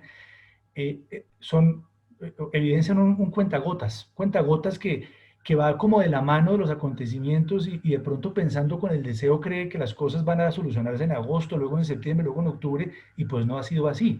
Entonces creo que en el tema de retenciones en la fuente, un gran ausente hasta el momento de medidas en esta coyuntura es un cambio, bien sea en el sistema de liquidación, o una moderación de tarifas, acercarlas más a la realidad de la económica de los contribuyentes. Estupendo, Carlos. Muchas gracias. Bueno, un par de comentarios finales. como decía Juan Guillermo, acudiendo a derecho comparado, los destinatarios de las medidas fundamentalmente han sido sectoriales. Las medidas generales han estado más enfocadas a plazos, ¿sí? Y también por partes. Digamos que el gobierno se dio cuenta a medida que pasaban los meses y la incredulidad daba paso a la preocupación, se dio cuenta de lo que venía encima y entonces adoptó medidas generales de plazos, pero en lo que tiene que ver con reducción de cargas fiscales, pues en realidad han sido sectoriales, ¿sí? Entonces aquí he transcrito algunas, hay más, pero hay numerosos y notables ausentes.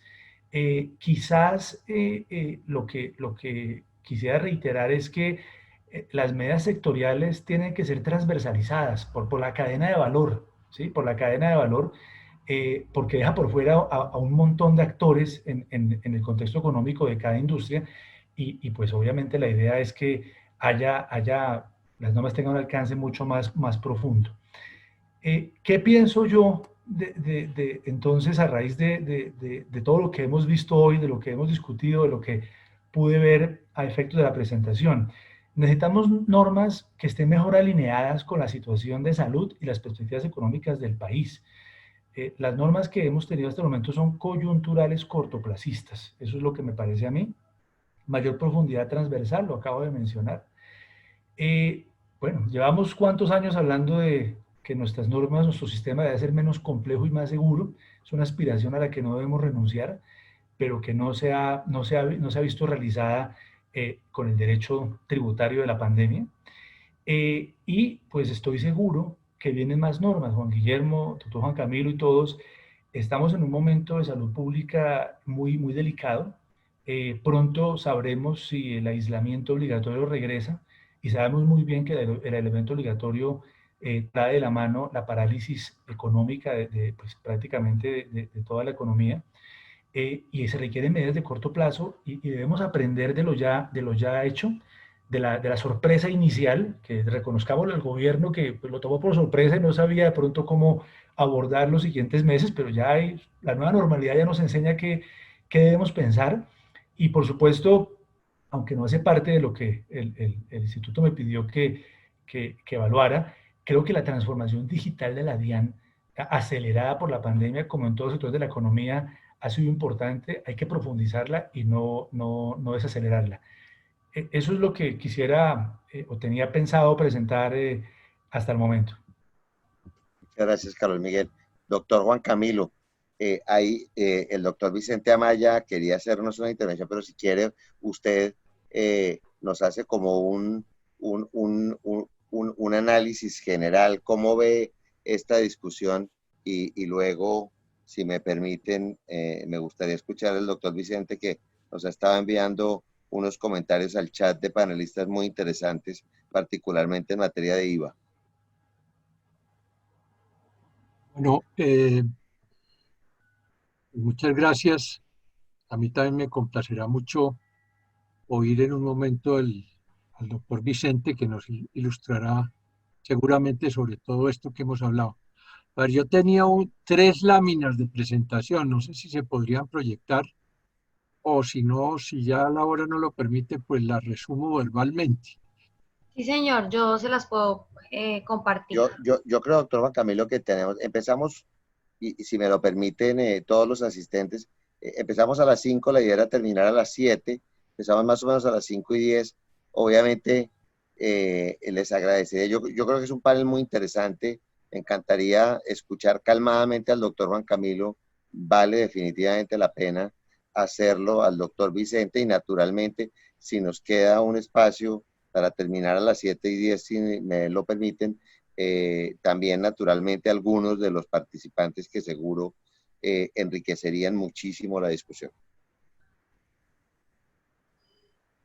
Bueno, a ver, yo creo que el panel, que ha estado muy completo, tiene 2 grandes partes. Una mirada fiscal que está al comienzo comparado con lo que están haciendo los otros países, y otro, el análisis y el inventario de las medidas que se han tomado.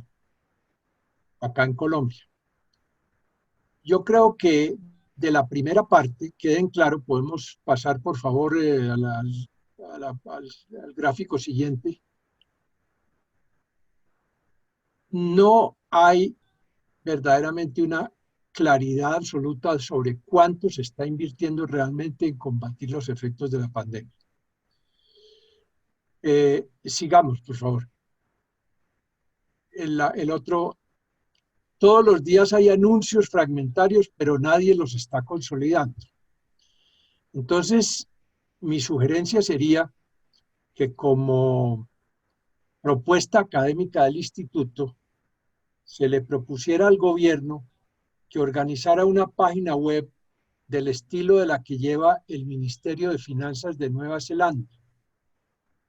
Es una página donde está completamente consolidado y agrupado todo, sin sumar peras y manzanas, indicando cuáles son las peras y cuáles son las manzanas, pero que el análisis académico de un centro como el instituto, de una universidad, de un seguimiento que se quiera hacer, pueda referirse a ese documento que se está actualizando todos los días, cuánto está ejecutado, cuánto está comprometido, y que esa sea, digamos, la única voz que nos informe sobre cuánto es que se está invirtiendo.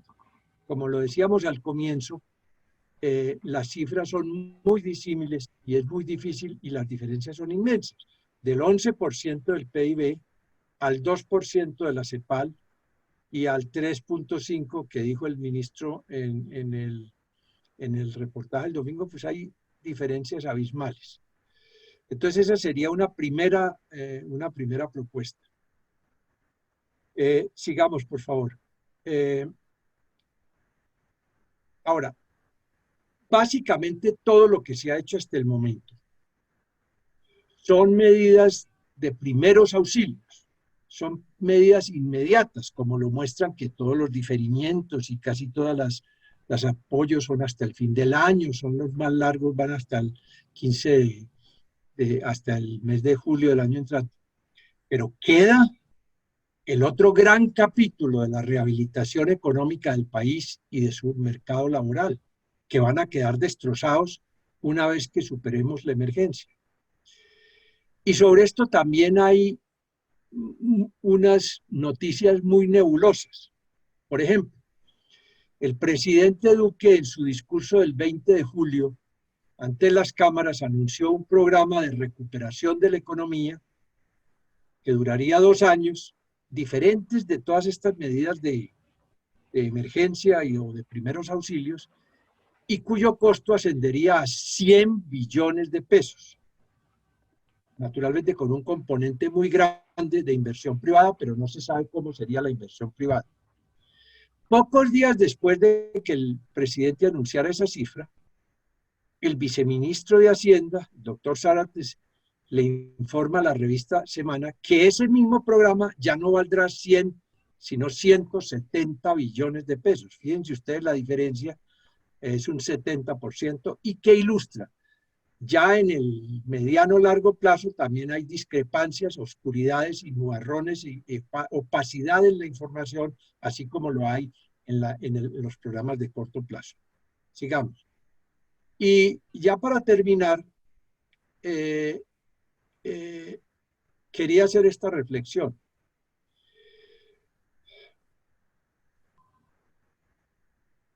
Las grandes reformas estructurales que necesita el país y las necesita con apremio, como pueden ser la tributaria, la pensional, la laboral y la misma reforma de la justicia, no ve uno que le vaya a quedar tiempo a este gobierno de implementarlas y de hacerlas aprobar.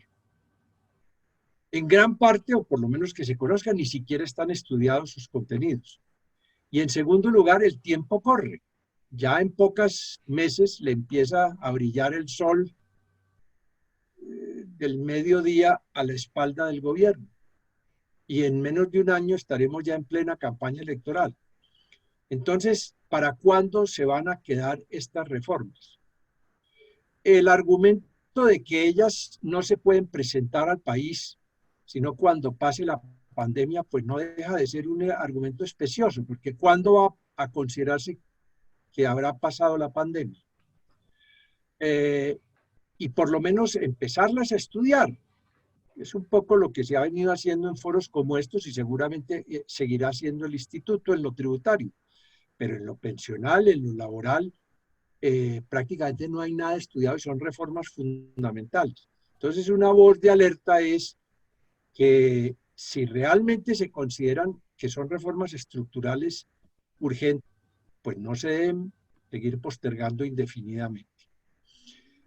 Bueno, esos son mis comentarios. Tengo uno último sobre el IVA, pero eso ya lo hablamos y el doctor Chaparro lo explicó muy bien en su presentación, no me detengo. Entonces, en síntesis, consolidar las cifras que hay, tanto las de corto como mediano plazo, y dar una voz de alerta de que no se pueden ni se deben dejar indefinidamente, sin edil, las grandes reformas estructurales, además de la tributaria, que el país tiene en su agenda. Muchas gracias, doctor Juan Camilo. No sé si le podemos pasar el micrófono o abrir el micrófono al doctor Vicente Amaya. Alfredo, por favor. Señor. José Manuel.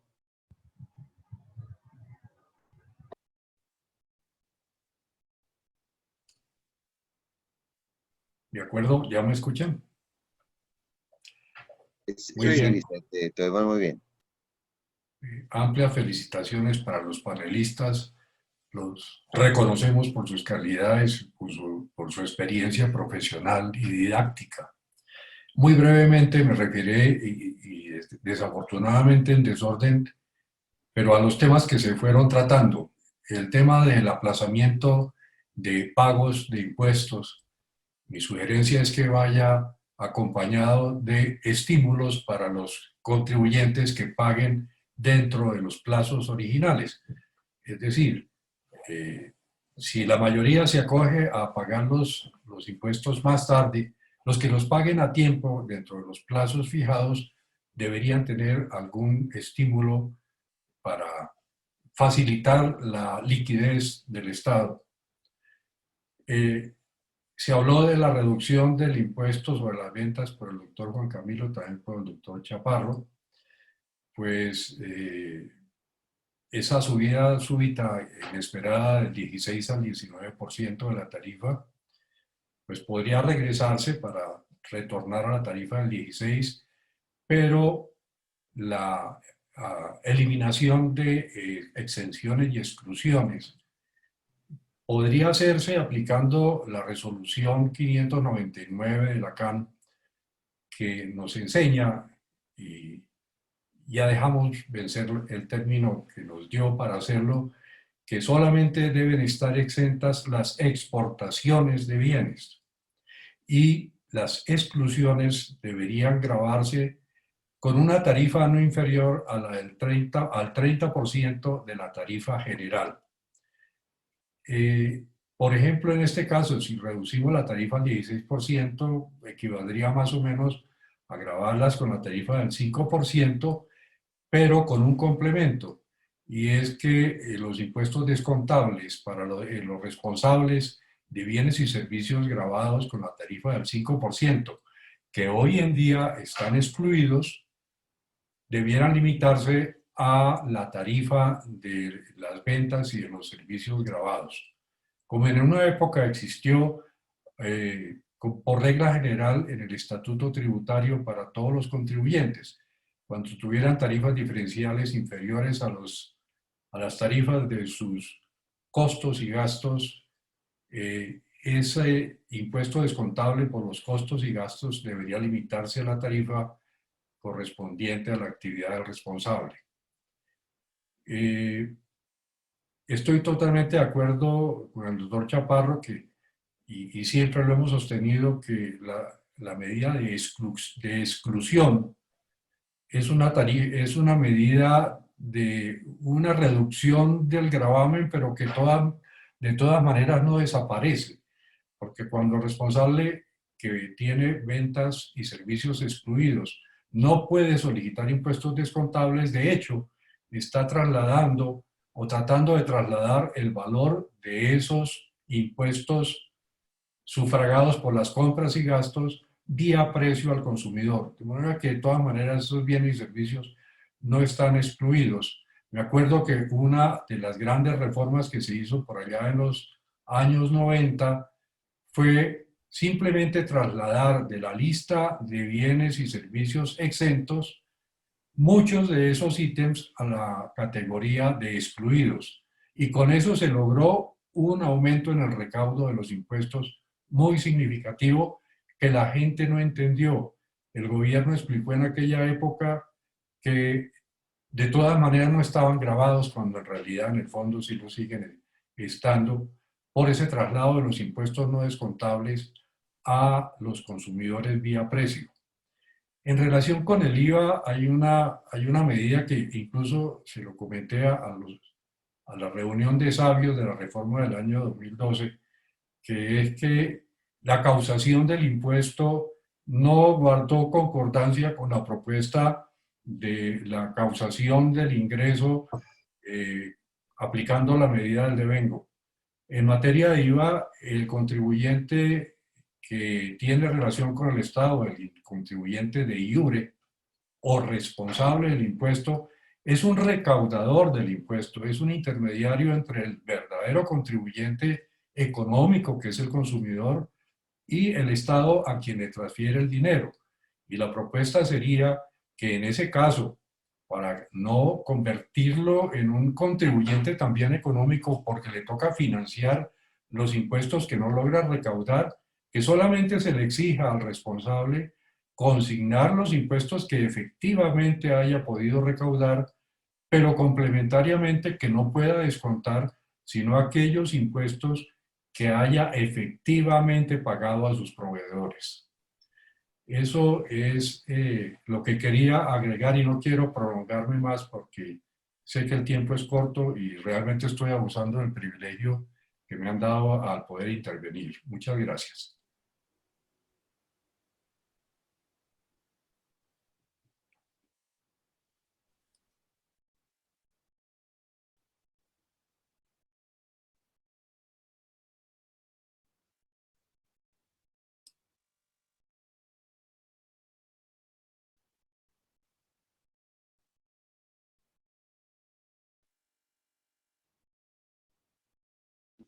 Ya lo están escuchando.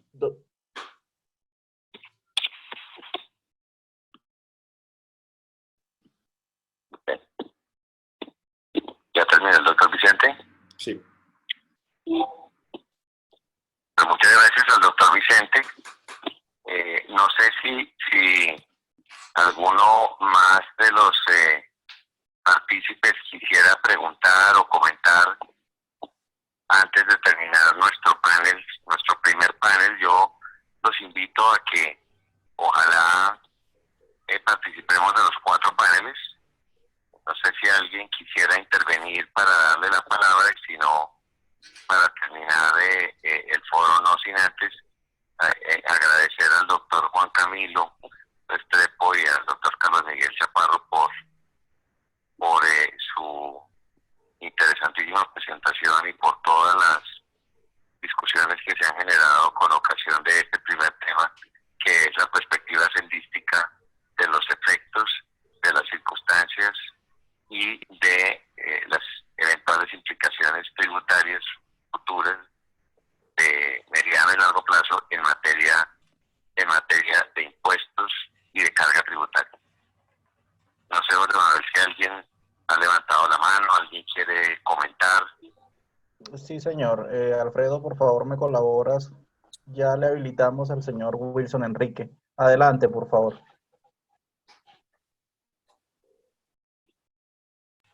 Bueno, muy buenas noches para todos, y por cuestión del tiempo, solo quisiera decir como un contribuyente más de a pie que ya no aguantamos más impuestos en Colombia.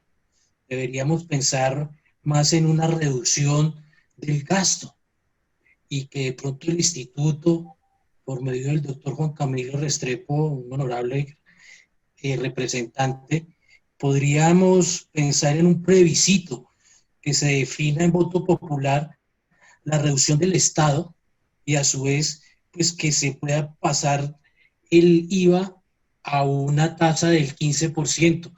Yo toda la vida he escuchado de las reformas reestructurales y creo que todavía no se va a dar. Muchas gracias.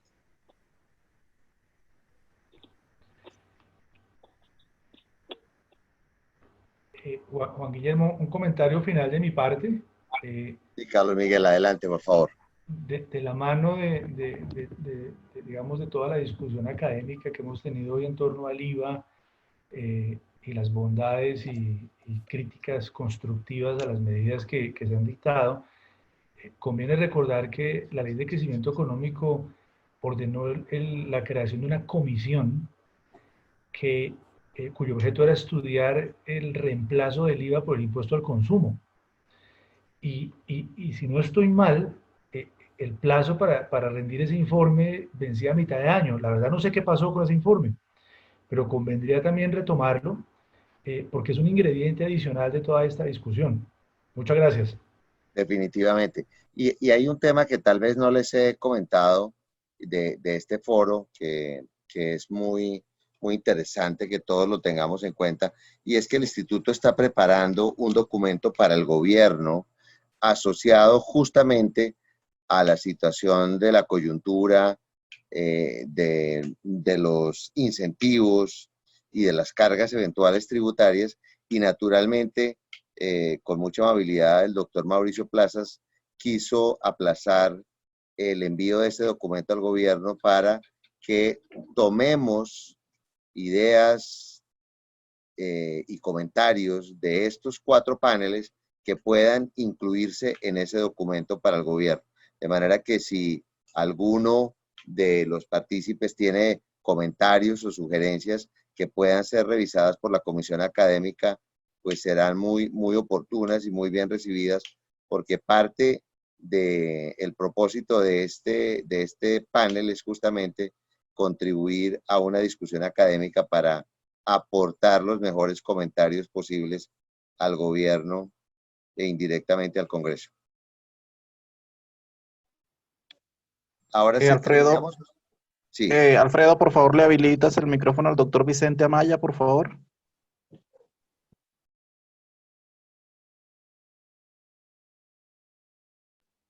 Adelante, doctor Vicente. De acuerdo.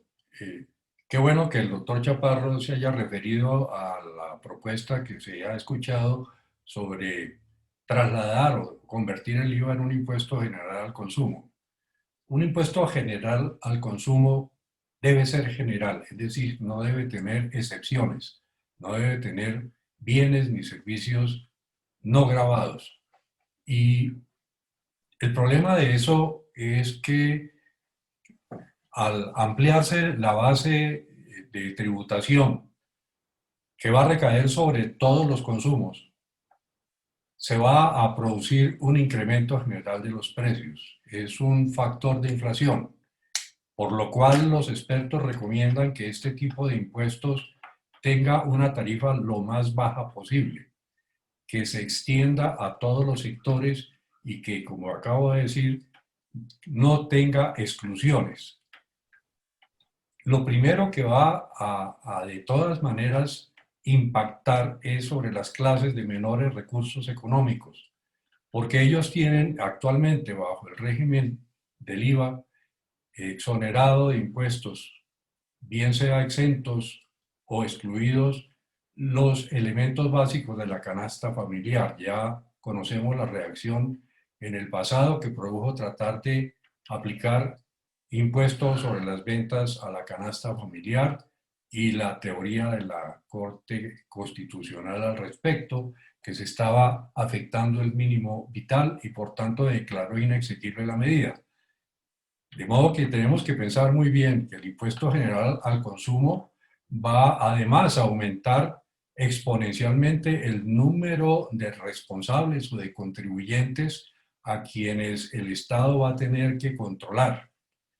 De modo que debe estar acompañado de medidas de control. Como no hay impuestos descontables, sino que se supone que es un impuesto de etapa única que se va a causar una sola vez. Cuando haya evasión del impuesto, la evasión va a ser total, porque el único contribuyente que está encargado de recaudarlo, si lo deja de hacer o si se queda con el impuesto se pierde totalmente para el Estado. Es una medida muy arriesgada. Pensemos, por ejemplo, el impuesto que hay en estados como la Florida, los Estados Unidos, que es un impuesto general al consumo de etapa final a nivel de venta al consumidor, del último vendedor, del último comerciante o productor al consumidor. Para que ese impuesto funcione como funciona ya, se necesita, además de que exista un Estado con capacidad de control, unas medidas de sanción o de control que sean efectivas. Vemos los niveles de impunidad en materia penal en Colombia, y además una alta conciencia tributaria de la población. Que la gente sepa que es un deber consignar los impuestos, y más que por las presiones o por las sanciones que le puedan aplicar, por cumplir un deber cívico. Y eso no puede exigirse en estos momentos en Colombia, porque no parece, no soy sociólogo, pero no parece que tengamos un clima de cumplimiento voluntario de las obligaciones cívicas por un sector muy amplio de la población. Es lo que quería decir. Muchas gracias. Muchas gracias, doctor Vicente. Bueno, creo que hemos llegado al final. Nuevamente, mil gracias a todos los participantes en esta mesa redonda. Particularmente, doctor Juan Camilo, le agradecemos muchísimo. Doctor Carlos Miguel, ha sido muy agradable escucharlos y arrancar también este panel de 4 mesas que seguramente van a tener conclusiones específicas que podamos incluir en el documento para el gobierno. Muchas gracias a todos los partícipes, a la comisión académica y al presidente del instituto por abrirnos este espacio tan interesante. Nos vemos el otro jueves próximo, 5 de la tarde. El panel será específicamente tributario, medidas tributarias de crisis posibles, tratamiento de inequidades, asimetrías, equidad tributaria. Yo creo que va a ser una mesa muy interesante, muy interesante. Tienen ustedes el programa y naturalmente muy invitados, y nos vemos el otro jueves. Muchas gracias, Juan Guillermo y todos. Muchas gracias a todos. Muchas gracias. Hasta luego. Gracias. Hasta luego. Muy bien, de esta manera hemos llegado al final de la charla, no sin antes agradecerle a nuestros conferencistas por haber aceptado la invitación del ICDAT y acompañarnos el día de hoy. Los invitamos a que nos acompañen en nuestros próximos eventos: Mesa Redonda Tributaria Regional Cali, aplicación práctica del régimen simple de tributación el lunes 19 de octubre a las 4 p.m. y la Mesa Redonda Contable, Estados Financieros y Contabilidad en época de pandemia, desarrollo de la orientación técnica 18 del CTCP y las aplicaciones tributarias el martes 27 de octubre en el mismo horario. Muchas gracias.